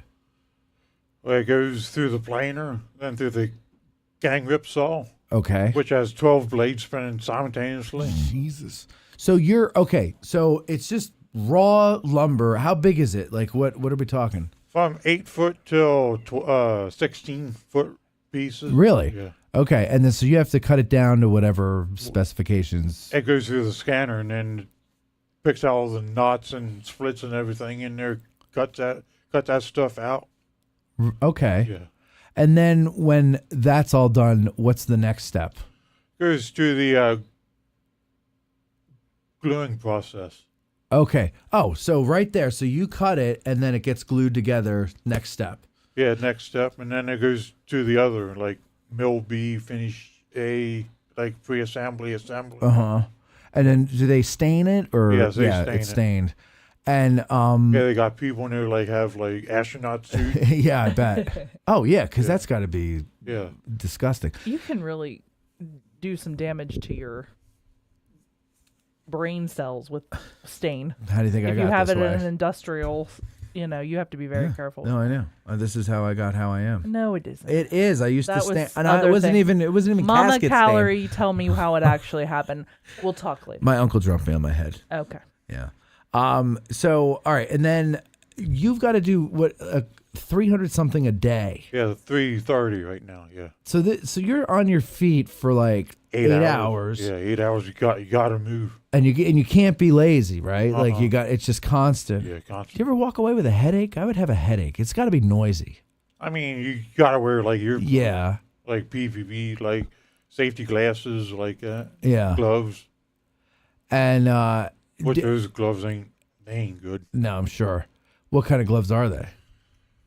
They're supposed to be like cut resistant, but like you still get splinters. Oh, sure. Right through them. Yeah. Was it like kind of a fabric? Or is it like a rubberized something or? It's like a real thin, like rubbery. Yeah. Yeah. Can you wear your own supposed to- gloves? No, you gotta wear those. Because they're special. Like OSHA. They're like approved. Yeah, yeah, So yeah. it's supposed to stop you from getting cut by the saw. No, like from the like splinters. Oh, but the splinters go right They through still it. come, goes yeah. through 'em. Yeah. Oh my gosh. I know. So, okay. And then you also reenact. Yes. And how long have you been doing that? This one will be my second year. Oh, I thought you've done it for longer than No, that. second year. Last year was my first baptism fire, if you want to call it That's that. a good one, yeah.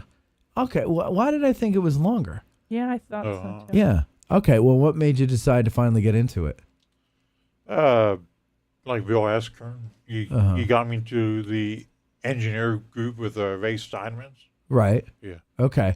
So, so that's more living history, though, right? Yeah. You're not like out in the field shooting. Yes, like if a regiment is low on men, so they put me like fall in with like people. Oh, okay. Yeah. Kind of like how Grant took the heavies out of the forts and they just threw them on the line, right? You're kind of like that. Just get out there, boy. Yeah. And then you get shot. Do you ever go down? Yeah, like when it's really hot. That's what I would do. But isn't it kind of worse though? Because now you're laying on the ground baking in the sun, waiting for the ticks to get. Waiting for the ticks. Freaking hate ticks, man. The ticks. Yeah, like when you go back to camp, you really gotta like strip down. So you all strip naked and check each No. other for tips. No, Okay, so you like doing the reenacting and everything like that. Now, as far as back to the caskets, is this something that you would want to do as a career, like lifelong, or is there something else you've always wanted to do? Everybody says I should become a tour guide. Yeah, like a licensed guide. Yeah, like Are you going to take the exam? Come on, Travis. It's Travis, in December. You could do it by December. Travis. Let's just take it for the fun of it, Travis. Want to, but yeah, you don't have to you don't have to accept the license if you pass. Just take it to see. Yeah, just to see how much you know. Well, That's why I'm doing it. Rattling off some pretty deep knowledge just a second ago. So, I mean, I think you're at least you do better on it than I would. Everybody, Travis, Travis, Travis, Travis, Travis, take the exam. I think take the exam. I think you Travis. I think you should do it just to see how much you know. Yeah. Like, that's why I would do it. I would never be a guide because the politics of that are insanity. Exactly. But just to see what you know. Mm-hmm. And then you can go around going, I passed the guide exam, but I decided it wasn't for me. And if you pass it and decide, you know what, let's see if I could take this all the way, and you get your license, then you could be a guest on Ask a Guide. There you go. There you go. And everybody will know your That's name. good, yeah. Full circle. It'll be like Cheers. Everyone will know your name.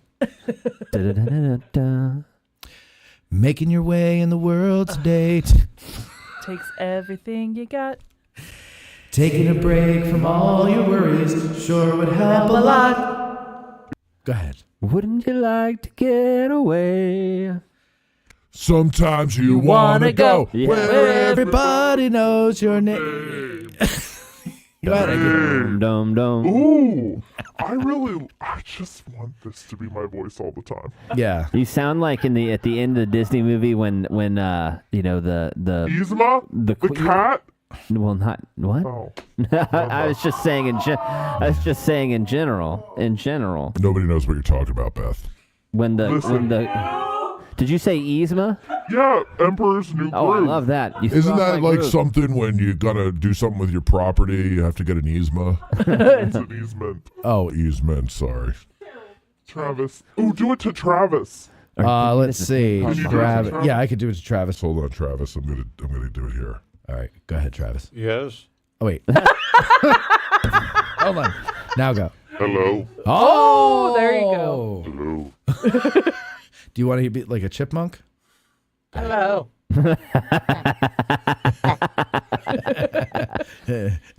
Talk about your caskets. Talk about your caskets. Say, I work at your casket. I work at your casket. And what do you do at your casket? Make caskets for dead people. Yeah. How many of them are for dead people? 340, 330 a day. A day. That's a lot. That's how many Dr. Peppers I had.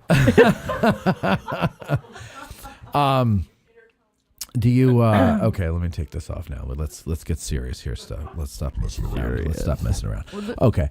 Yeah, what? Just in general. Yes. I don't know, Travis, I see you all the time, like on videos and walking around and doing stuff. But I've never actually heard you speak until today. And when you spoke, you were standing back here and I was like, what? That's not his voice.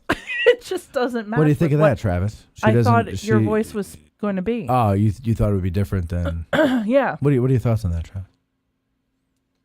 Yeah. You sound like a chipmunk. What? Yeah, I'm so used to being alone. That's why. It's just your voice is a lot deeper than I expected it to be. She thought you did talk like a chipmunk. No, I They didn't have a think deeper you voice. talked like a chipmunk. I know you didn't talk like a chipmunk. I mean, I would imagine it's probably hard to make friends at work because you can't stand around and talk to people, right? You got to constantly be going. Constantly going. Right. And everybody else is constantly going and just throwing it to the next guy. How many people are at your station? And Mill A, by 20. 20. Really? Okay. Yeah.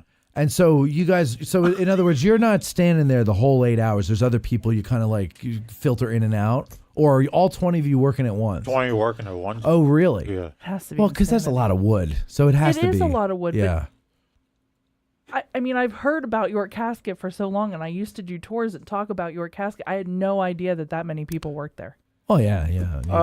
Everybody dies, so you always need caskets. Well, yeah, but like I never thought. I Well, just didn't realize it was that big of an operation. 350 people work there. Really? Yeah. Yeah. What's your favorite model of casket? Does Cadillac make a model? That's the metal. That's metal. Like what price range you looking at? No, I'm saying like for you, like do you ever go, this one might be a nice one day, and I'll get this casket or Anything but oak. anything but oak. Why? Why oak? We throw about 3/4 of that, about half to 3/4 out of the way. Really? Yes. Why? Because it's bad. Yeah, bad splits and bad knots and everything else. Oh, wow. So is pine better than oak, or do they not use pine anymore? Yeah, they still use pine boxes. They do. Yes. And that's better than oak. In what way? Well, I mean, it's not. It doesn't do what oak does. The top tier is probably poplar. Okay. That makes sense. 90% of our product is poplar. Okay. So maybe then the advice would be save up for a metal casket, right? Or get cremated. Your thoughts? I'm being cremated. Are you? Mhm. Why? Skeletons. You're afraid of your own skeleton. I won't eat their cartilage. I I promise. don't want to be one day. Oh my God. I ain't getting cremated. I understand that you're hungry, Bethany. Just hold on a little longer, my friend.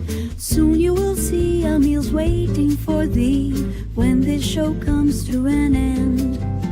Just picture your favorite table, Beth, with napkins and friends singing songs. Meth head walks out and hands you a plate of scrumptious chicken bone. You know what I love about that one is it's so nice. Think of your picture, a nice table, napkins, your meth head friends comes singing, out. and then a meth head delivers a plate of chicken bones. Not even wings, the bones, just the bones. They really know how to get you. I don't know the You meth just head what? thing. What? I was very worried that I had said that out. Oh, no, you didn't say anything. air. Anyway, listen, Travis, we've got to move on with the show. Cindy's got to come in and tell us about some things with the business network. So thank you very much for coming in. I hope you had a good time. Anytime you want to come and hang out, and It was you're lovely always talking to you. welcome to come by. You know where it is. Just come on by, ring the bell. You don't even need an invitation or to warn us. Just, I might not always get to talk to you on the air, but you can always hang out in the back with the crazy people. All right, yeah. And thank you. You're Thank very welcome, welcome. Travis. You're very welcome. Talk to you later. It was Okay. nice actually getting to talk to you. Yeah, you too, Beth. Yeah. That's the first time anybody said that to you, Beth. What? That it was nice to talk to you. I know. I'm so annoying. No, you're not. I'm just teasing you. I say that to you because it's so opposite of reality. Like, everybody loves you. And everybody loves your news. Now, No, you have to do the funny one. that's fit to print and a good deal that's not. Here's AG Get it anchor Bethany together, Lane man. with current events and sidewalk conditions. I don't have anything ready, so we're gonna talk my about God. doors open. Da da da. Over. See, here's More the people problem. are dying in horrible ways in Gettysburg, Pennsylvania. Dun dun. The Oh, mayor you was love me. there. The mayor was there. Dun dun. I'll be perfectly honest, guys. That is not me. I gotta come up with a better way of working on the news because I don't have time during the day to do it. Do you do it only? Do you wait till Thursday to do it? Well, I want to put the new things in. Yes, of course. But it's also people haven't heard news in a week. Feeding some stuff to you. We can feed stuff to you. I just am my I life is understand. becoming too I crazy. understand. It's a busy time of year, but we can all work together as a team. Before the show, instead of us all sitting around just BSing, We're not good at that. We've talked about that before, but we're not good at that. No, and it's because I don't crack the whip. You know what? I'll crack the whip. We're gonna get You're your a headlines. horrible whip cracker. I'm gonna get your headlines. Made of cotton balls, that whip. Well, because you guys work for free. I can't use the leather whip that I have or the riding crop. And now, all the news that's fit to print and a good deal that's not. Here's AG Today's lead anchor with current events and sidewalk conditions. I'm not doing it. No, Oh, I'm not doing it. Worst. You are the worst. Give me it. No, I'll do it. I know you're not doing Okay. it. 'Cause I'm gonna read it. And now, No. all the news that's fit to print and a good deal that's not. With AG Today's lead anchor, Bethany Yingling. Sidewalk conditions and weekend events and cars crashing into buildings. Whatever is happening, Bethany's got it and brings it all to you. 'Cause it's Bethany's news, Bethany's. All right, we don't need to hear the whole thing. Yeah, All right, go ahead. Screw that. All right, so the big thing that everybody wants to talk about. Why did I sound so weird? The big thing that everybody wants to talk about is that the park is going to have their doors open event next week. Yes. This is very cool. I'm sure you've done it. Well, you get to go in these. Have you ever done that? Anybody in the back there? The doors open. Cole, you know what that is? I don't know what that is. All right. Mike Lenz has. Debbie has. Travis, have you ever done that? No? Nope. Well, this is your opportunity to go into the doors. I highly recommend it because All you right. get to see the inside of the houses that are normally shut up. So, that are on the right. And what are they doing this year? Well, I'll tell you. Thank you. So the following houses are going to be on the docket. The Abraham Bryan house. Nice. Which I've is been there in at the that. high water mark. Yep. The Lydia Leister house, Sure. which is Meade's headquarters. Sure. Been in that. I'm going to skip that one and come back to it. The Mary Thompson house, or Lee's headquarters. Oh, interesting. I've been in that. The David Wills house. I've yet to go in the David Wills house. You've never been in there? Never been in. But the big one, the one that I'm most excited about, because I've always heard that it's like not doing well inside structurally. The Rose Farm. No, is the Jacob Hummelbaugh house. Oh, really? Mhm. It's not well. It's for those of you, this isn't one most people know. So it's located behind the Union lines.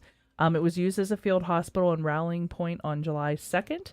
Confederate General William Barksdale. Williams Barksdale. William Barksdale died and was temporarily buried in the yard. It will be rehabilitated and stabilized in 2024, so later this year. But we're going in it before? Yeah, that's the weird part, right? Hmm. Mm-hmm.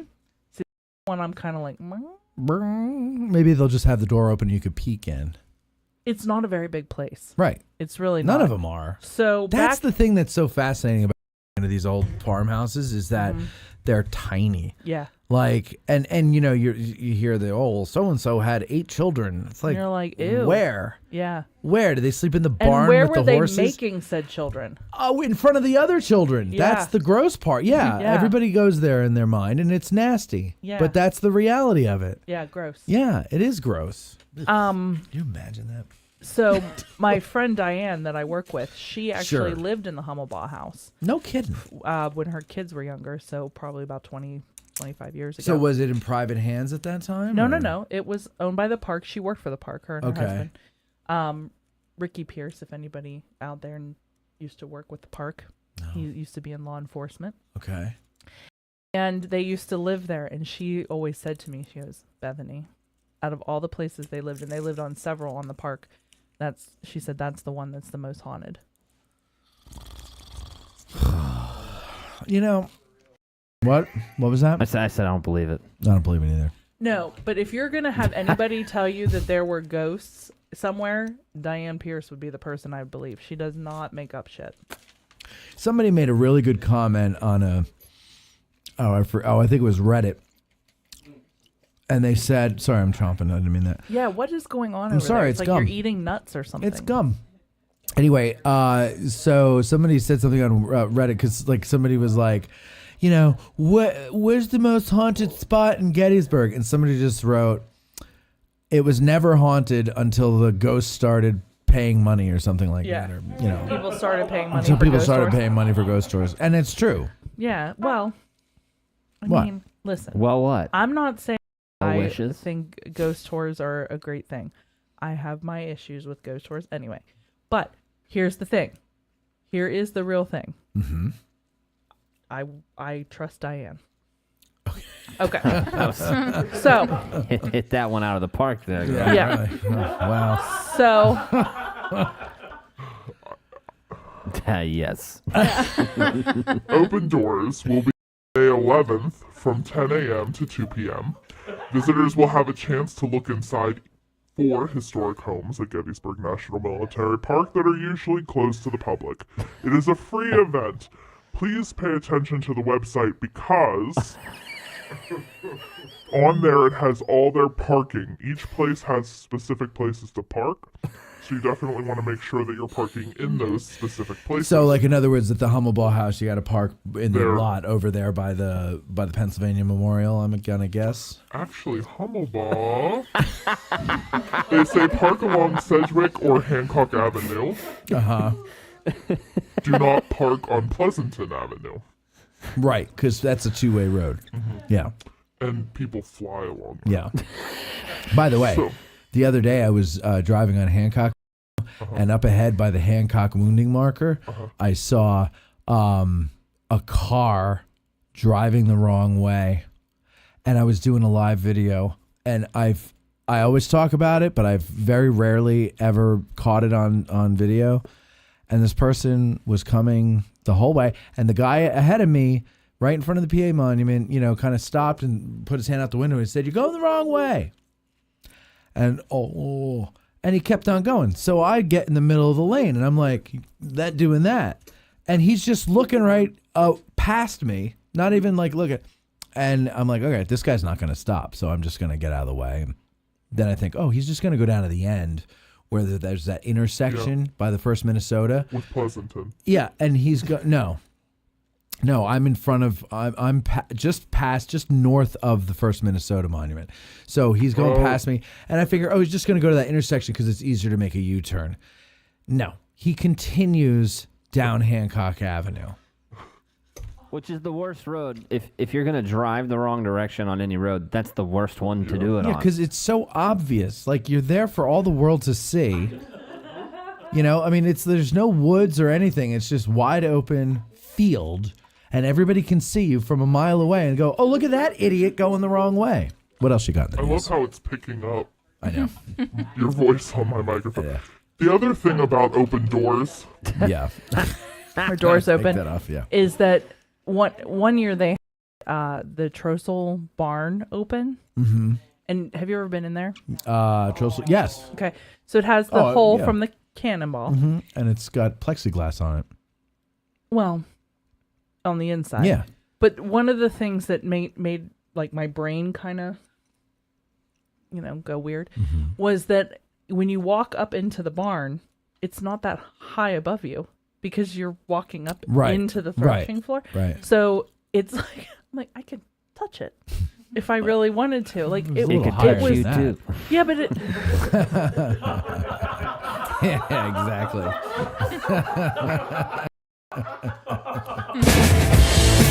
Hey, did you know Colby was in the Marines? 3rd Battalion and 3rd Regiment, it seems. An only child, but his twin is sometimes here. Say hello to Jeremy McNair. How's that love? All right, go ahead. McNear hasn't been here in a while, and so that song doesn't really work. All right, go ahead. What else? Okay, next. Does anybody in the audience know the guy who was the poet or Uncle Dad? He owned the Battlefield Leather in Strabane Township. What? And operated cavalry graphics and drop dead thread. What? Are you having a stroke? No. Or you know what show you're on, Try right? that again. Yeah. The Uncle Dad? Uncle Dad. They called him Uncle Dad. I don't know. But his name's Tim Reimer. He was 60 years old in I've heard that Newberry name. Township. He actually owned this, the Battlefield Leather. You don't know Battlefield Leather? I don't think so, no. Oh, okay. I don't wear a lot of leather. He was a veteran of Operation Iraqi Freedom. No? So was Colby. Yeah. Nothing? Colby? Not at all? Listen, You don't know this guy? I even know this guy. It's a big military. I don't. I'm just saying, he's local. Colby, baby, were you ever in the Marines? That's tastefully done. That is It's beautiful. As a jazz musician would say, that's got taste. All right, go ahead. So what about him? He passed away. He was the gentleman that passed away in the motorcycle accident on How old was the he? 28th. He was 60. Motorcycle accident. He was in OIF and he was 60. Mm-hmm. Well, must have been an officer, right? Yeah. Wait, what motorcycle accident? Sunday. Yeah. Donde? In Old York and Blair Hollow Road in Carroll Township. ¿Qué? I don't know that. I didn't hear that. When did you know that? Yeah. Yeah. Oh. They caught up. No. Yeah. Oh. Okay. Sorry. I had to move the camera there. But for a anyway, second. he was a local business owner, so I thought I would mention that he has passed away. Well, that's if sad. people I'm knew sorry him. to hear that. Yep. So sad, but you don't give a crap. No, it's not that I don't give a crap. I didn't hear about it until. I mean, I did, but I didn't hear I the didn't correct. hear who it was. I heard about the accident. Yeah. Yeah. No, nobody said who it was. Yeah. That But happened. anyway, he Didn't was that happen? on the 28th. The 28th. Sunday. Oh, okay. Oh no, I'm thinking of There was another one, There was a but in a- motorcycle. Yeah, that was It different. was a different spot. Yeah. That I'm not okay. So I didn't hear about that one. There was a motorcycle accident. I think on the same day as the state trooper in the van, and the one further down on 15. Oh, well, then there was also another one. Wow. I think on Monday. A lot of motorcycle accidents happen. Wear your helmet. Yeah. Just please be aware Spay that and neuter your things pets. are happening. Okay. Next. Motherfucker. Oh my! sister. Whoa! Easy. Colby, how have you been? I've missed you. I missed you too, buddy. Yeah. Been good though, It's a long 2 weeks. You moved your studio over to your house. Yeah, dude, and it's huge. Mhm. Huge space. Yeah, when you first moved here and I saw that basement, I was like, oh my god, this would be perfect for a studio. It really is huge, enormous, and you got that blue carpet there still, Yeah, right? blue carpet, and It's I'm gonna be kind nice. of in love with it. Now, Yeah, well, it fits for this. And Can you please get your internet fixed so that I can do stuff? listen, I'm gonna buy a hotspot. Okay, what else is there? There was a local woman here in Gettysburg County for the third time has escaped the police. There's a warrant out for her arrest. how'd she keep escaping Really? them? Yeah, third That's time. what I'm trying to. So wait, She related to Billy the Kid? 34-year-old woman has escaped from the police in Gettysburg for a third time, according to So, the like they Adams had her County. in custody and she escaped. Escaped for the third time. Really? So how does Bro. this happen? That must be one clever chick. Yeah. I think it's one of those situations where, like Like, you gotta it- go pee, and then Dude, listen. Oh. Even those situations, that'd be hard.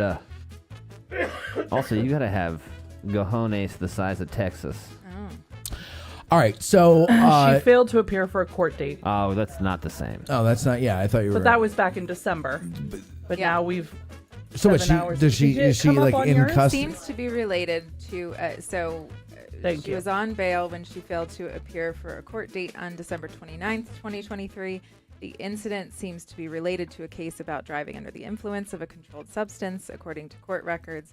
In April of 2024, a warrant was issued. This is the third time she escaped the police and had a warrant issued.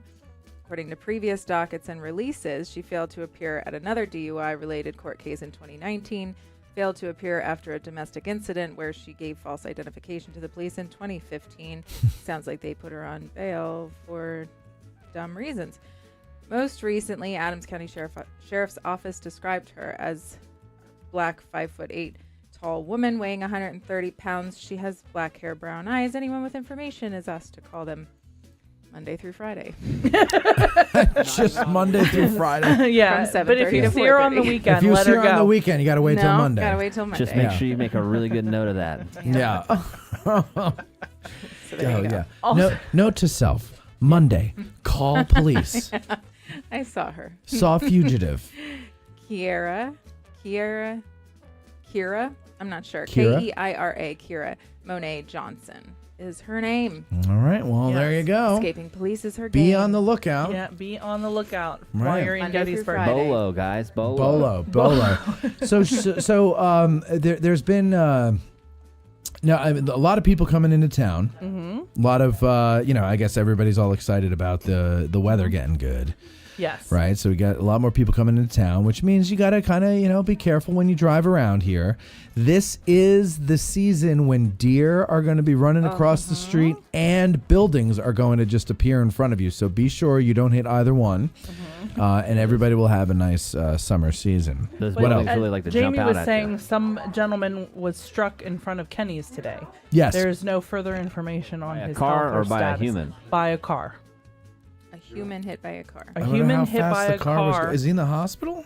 It says no further information on his status. Yeah. Yeah. So that happened today. So be aware. Buildings, cars, people all jumping out in front of you while you're driving. Please be aware that this is happening. Everything is, it seems like the whole world is going crazy. Like people just don't know how to do basic things anymore. They don't know how to behave anywhere they go. What am I missing? Leadership training. They need leadership training. That's what I need training. That's a good one. So, Cindy sent this to me because she's a good friend. Good for you, Cindy. It's this day in history, but I'm confused as to why it comes from the Gettysburg Borough I'm Police not sure, Department. but have at it. It doesn't matter where it came from. Let's but hear the isn't that story. Come on, interesting? this day in history. Okay. They must have had a slow So day. I'm picking out. Yeah, they must have. Picking out some of the fun ones. In 1536, on this day in history, Anne Boleyn, second wife of Henry VIII, is arrested and taken to the Tower of London. Yep. Spoiler alert: she's soon going to be beheaded. I know. Boleyn. This is who are we talking to about Steel Magnolias?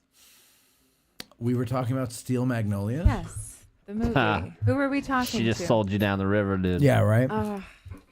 No, and he said he's never seen it. We were talking to somebody. Anyway. It might have been Taylor. You could have been talking to Taylor about it. No. We were talking to somebody who couldn't believe that you didn't see it. I could believe Was that it your easily. friend Beth? I don't remember. I remember the conversation. I don't remember who it was Why with. does this have anything to do with Anne Boleyn? Because they talk about her in the movie. Anyway, it's lines stick out in my head. Anne Right. Boleyn. That's how they say it. Oh, Anyway. Boleyn. Yes. Boleyn. The intricacies of the female mind, man. And you can Careful, stop that Colby. right now. Careful. I love it. I You're find it outnumbered. I find it fascinating. Because there's dude. always a lot more going on up there than there is in a male mind. I agree 100% with that. Yeah, we think about two things. Yeah, listen. If you came into our mind, Three you things get if you bored count. really fast because it's just on repeat a few different things. Yeah, it's true. Fast forwarding to 1918, General Motors acquires the Chevrolet Motor Company of Delaware. In 1924, U.S. President Calvin Coolidge proclaims ancient lava fields in Idaho as Craters of the Moon National Monument in order to preserve the unusual and weird volcanic formations. Like an owl. Ooh. 3rd Battalion, 3rd Marine Infantry Regiment, 3-3. Yeah. In 1946, the Battle of Alcatraz takes place, killing 2 guards and 3 inmates. Oh. You know, brah. You know, brah. Oh, play that one. You know, brah. That song. Oh, Colby. What? Okay, I wanted to let it happen organically, but I'll do this. This is one here. organically. We're talking. Well, not really, but when you Stop, bro. start giving me a hard time about going to the gym, yeah, We got this.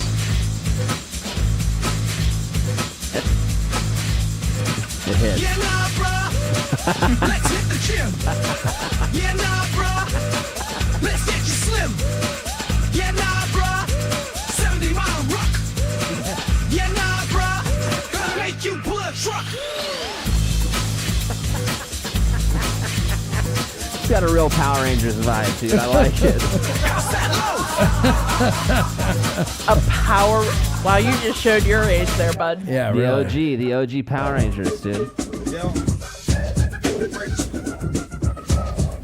I don't remember this one. Grant sits alone in his basement office watching Addressing Gettysburg. He picks up the phone, This is hears a sweet. dial tone, dials and gets down to his work.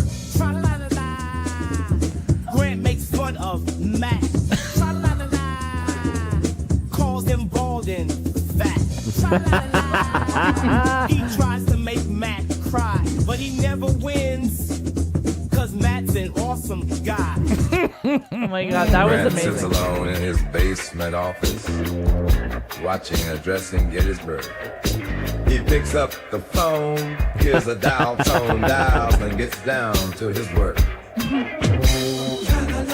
Grant makes fun of Matt, calls him bald and fat. He tries to make Matt cry, but he never wins, cause Matt's an awesome guy. Grant sits alone in his basement office, watching Addressing Gettysburg. He picks up the phone, hears a dial tone, dials and gets down to his work. Tra-la-la-la, Grant makes fun of Matt. Tra-la-la-la, calls him bald and fat. Tra-la-la-la, he tries to make Matt cry, but he never wins, cause Matt's an awesome guy. Dane from Jamaica, you're on the air. Oh, geez. Dane. Hello, Dane. Oh, I Oh, wait. can't hear I'm him. sorry. Hold on, Dane. I'm sorry. I have to get you connected to the thing here. Go ahead. Talk, Dane. Is this your first time doing the show? Yes. Go ahead now. You're on the air. Go ahead, Dane. Because I can't hear any of your microphones.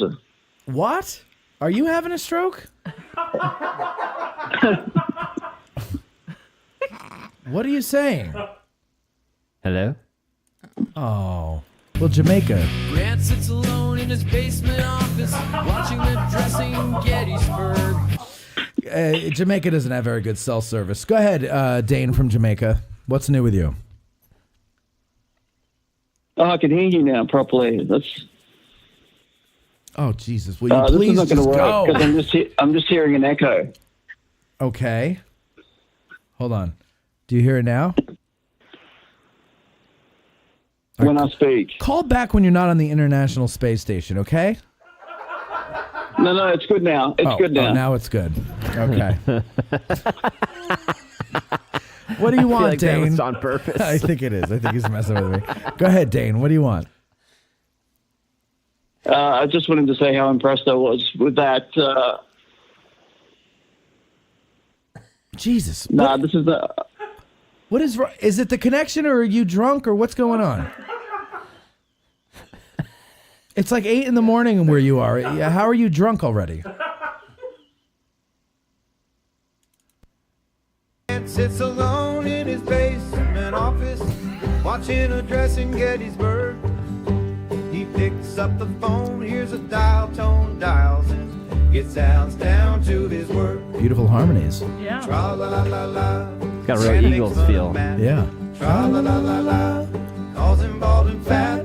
Tra-la-la-la-la. He tries to make Matt cry, but he never wins, cause Matt's an awesome guy. Yeah. All right. Grant, are you there? All right. Call failed. Okay. So go ahead. What's next? That was it. That So, was it. Go. So Cindy now. Well, Oh. I just the events, I guess, kind of. We had Sarah from Sweeter Than Sap on her. Yes. Well, her father has EJ Smokehouse, and he is opening back up on May 11th Really? outside Mr. G's. Really? I guess he was somewhere before in a location, but it's more of a food truck or trailer now. Yes. And so starting May 11th from 3 o'clock on until question mark, he's going to have favorite smoked meats. So right up your alley now. Oh my God! I've actually had it. I've had it. It was Have you? behind. It was behind Gettysburg for a little while. Okay. Nah, he's brah. coming back. Yeah, brah, and it is really good. Brah, smoked meats, brah. Brah. We're gonna have to get smoked meats. So Pack 'em he in a does bra, say take 'em to that go. pre-orders are highly encouraged. He does have a Facebook page, so you can check him out, EJ Smokehouse, what it's under. But behind Mr. G's, that's where he's going to be. Oh, that's fantastic. Because I mean, that's the thing. Like eating out is gonna be kind of tough now because it's hard to get only meat. Oh yeah, that's rough. Yeah. I could ask for bones and just suck the marrow out. I swear to God, if we go out after this show and you order something that has bones in it, I'm never chicken wings. Yeah. I am never going out with you again. I'm gonna get a tomahawk steak. Oh, dude, I'll do that with you, and then I'll chew the cartilage off that. Oh God. Yeah, you can have the cartilage. I'm with Beth on that one. That's gross. All right, we'll try one more time with Grant. Hello. God, Jesus. Yes. What, Hello. Grant? Hello. Hello. Hello.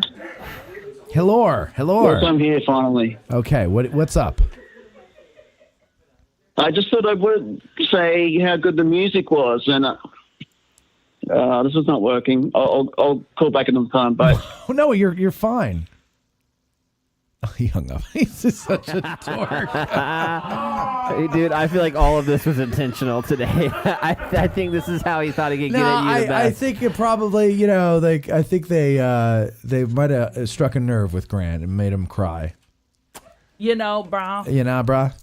I mean, listen, it's touching. It is. Well, he's in his basement office. He hears the dial tone. He feels the dial tone. He gets excited. Like he's happy now. Like that's his whole week is waiting to, call me bald and fat. He has never once called you bald and fat. Well, it rhymed. Cindy, what's new with the Addressing Gettysburg's business network? Anything? How many followers do you have now? I have 59. 159. So somebody please go follow. I like even numbers. Right, I want to get to 160. Actually, I'd love to get to 500. I don't know how to do it, so if I give you will you do it? Yes, I'll do Oh, you haven't followed yet? I don't know how to do it. How many She times has do I it. have to tell you I Probably don't know how to do Probably it? 10 more. Usually you just push on the screen where it says follow. Right. You know what, Colby? It's very intuitive. You know what, Colby? I'm going to tell you a story. You're a jerk. The end. The end. End of story. No, So I it's do going- love you. It's going very well. Did you Go find ahead. it? No, go ahead. I don't know how to do it. Okay. Wait, Go ahead.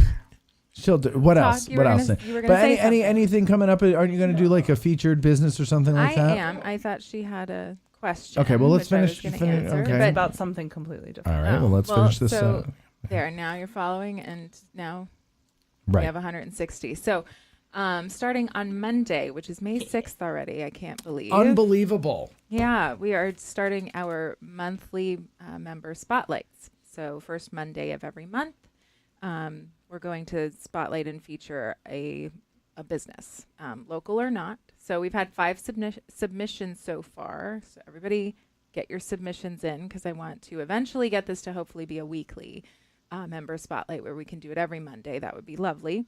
But for now, we're going to start with who we have and go from there. So, hey, what's a little free advertising? Yeah. It's wonderful. Yeah. So just need to fill out. There's a form that is, it's actually pinned to the top on our Facebook page under, you can see member spotlight there.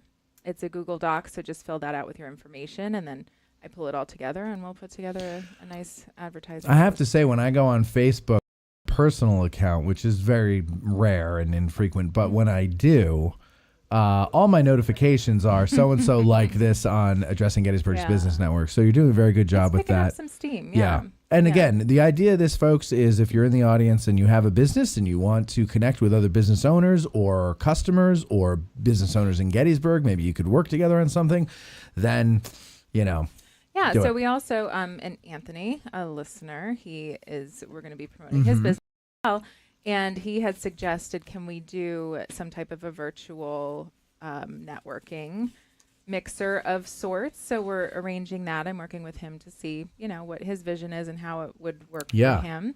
So we can put that together, and then hopefully, I'm hoping for June. We'll see, and in person, local. I have an idea for that night work. Okay. Yeah, that would be interesting. Yeah. But we want to get some people How together. convenient that you guys live together, so you can just tell the idea. Yeah, that's why I'm waiting till later instead of doing it now. All right. So what were you? I wasn't going to ask her anything. I was going to say something. Colby. Yes. So I was talking to somebody today, Who was it? a little girl that I'm not going to name her name, but she recently has been in the hospital for quite some time.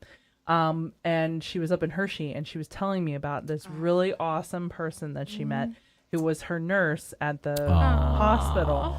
And then she said, and she knows you, Bethany. And I'm like, I have no clue who this is. And then she said, Taylor. This must be the one. Yeah. And I said, when we were at Taylor was talking about I do know who you're talking about. That's the wife of the guy Colby's that wife, helps at Tay, is a nurse, a pediatric nurse. At the hospital, at the podcast. And she said, she said, you're on a podcast, and he has his own podcast, and you're rivals. Oh,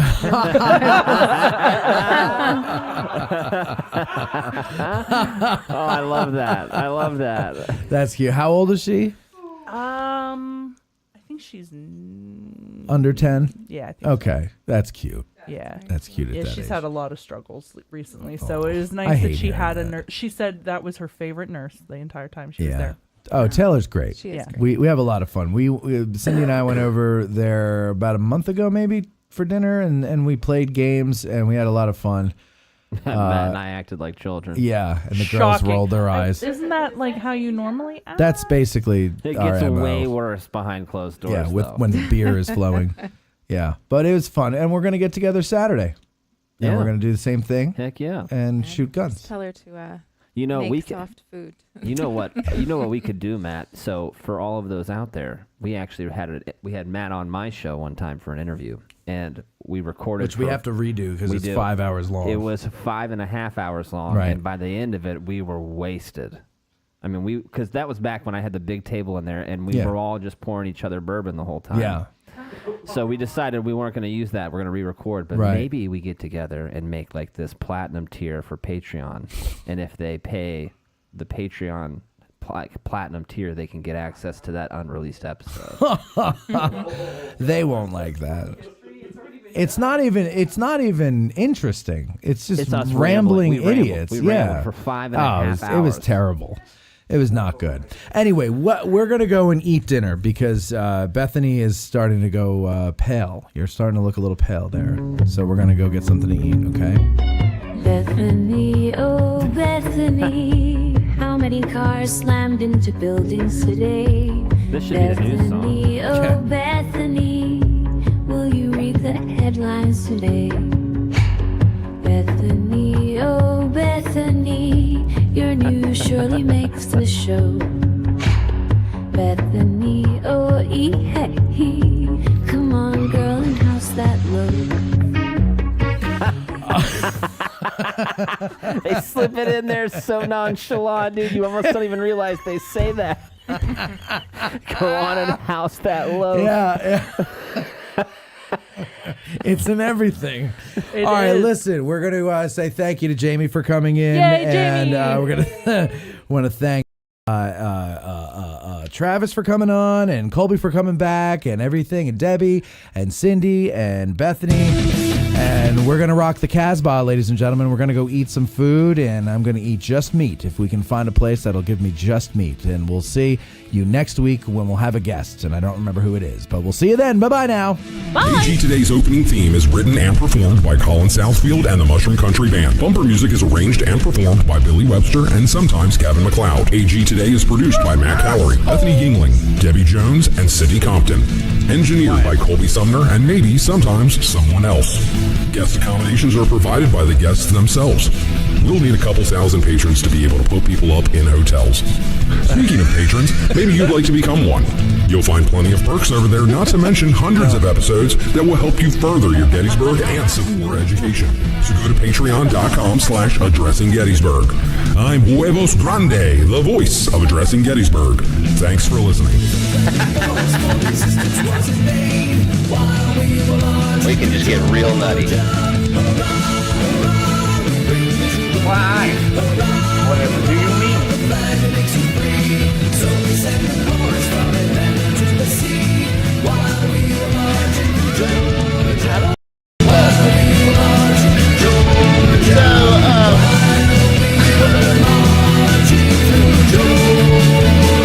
It's all covered.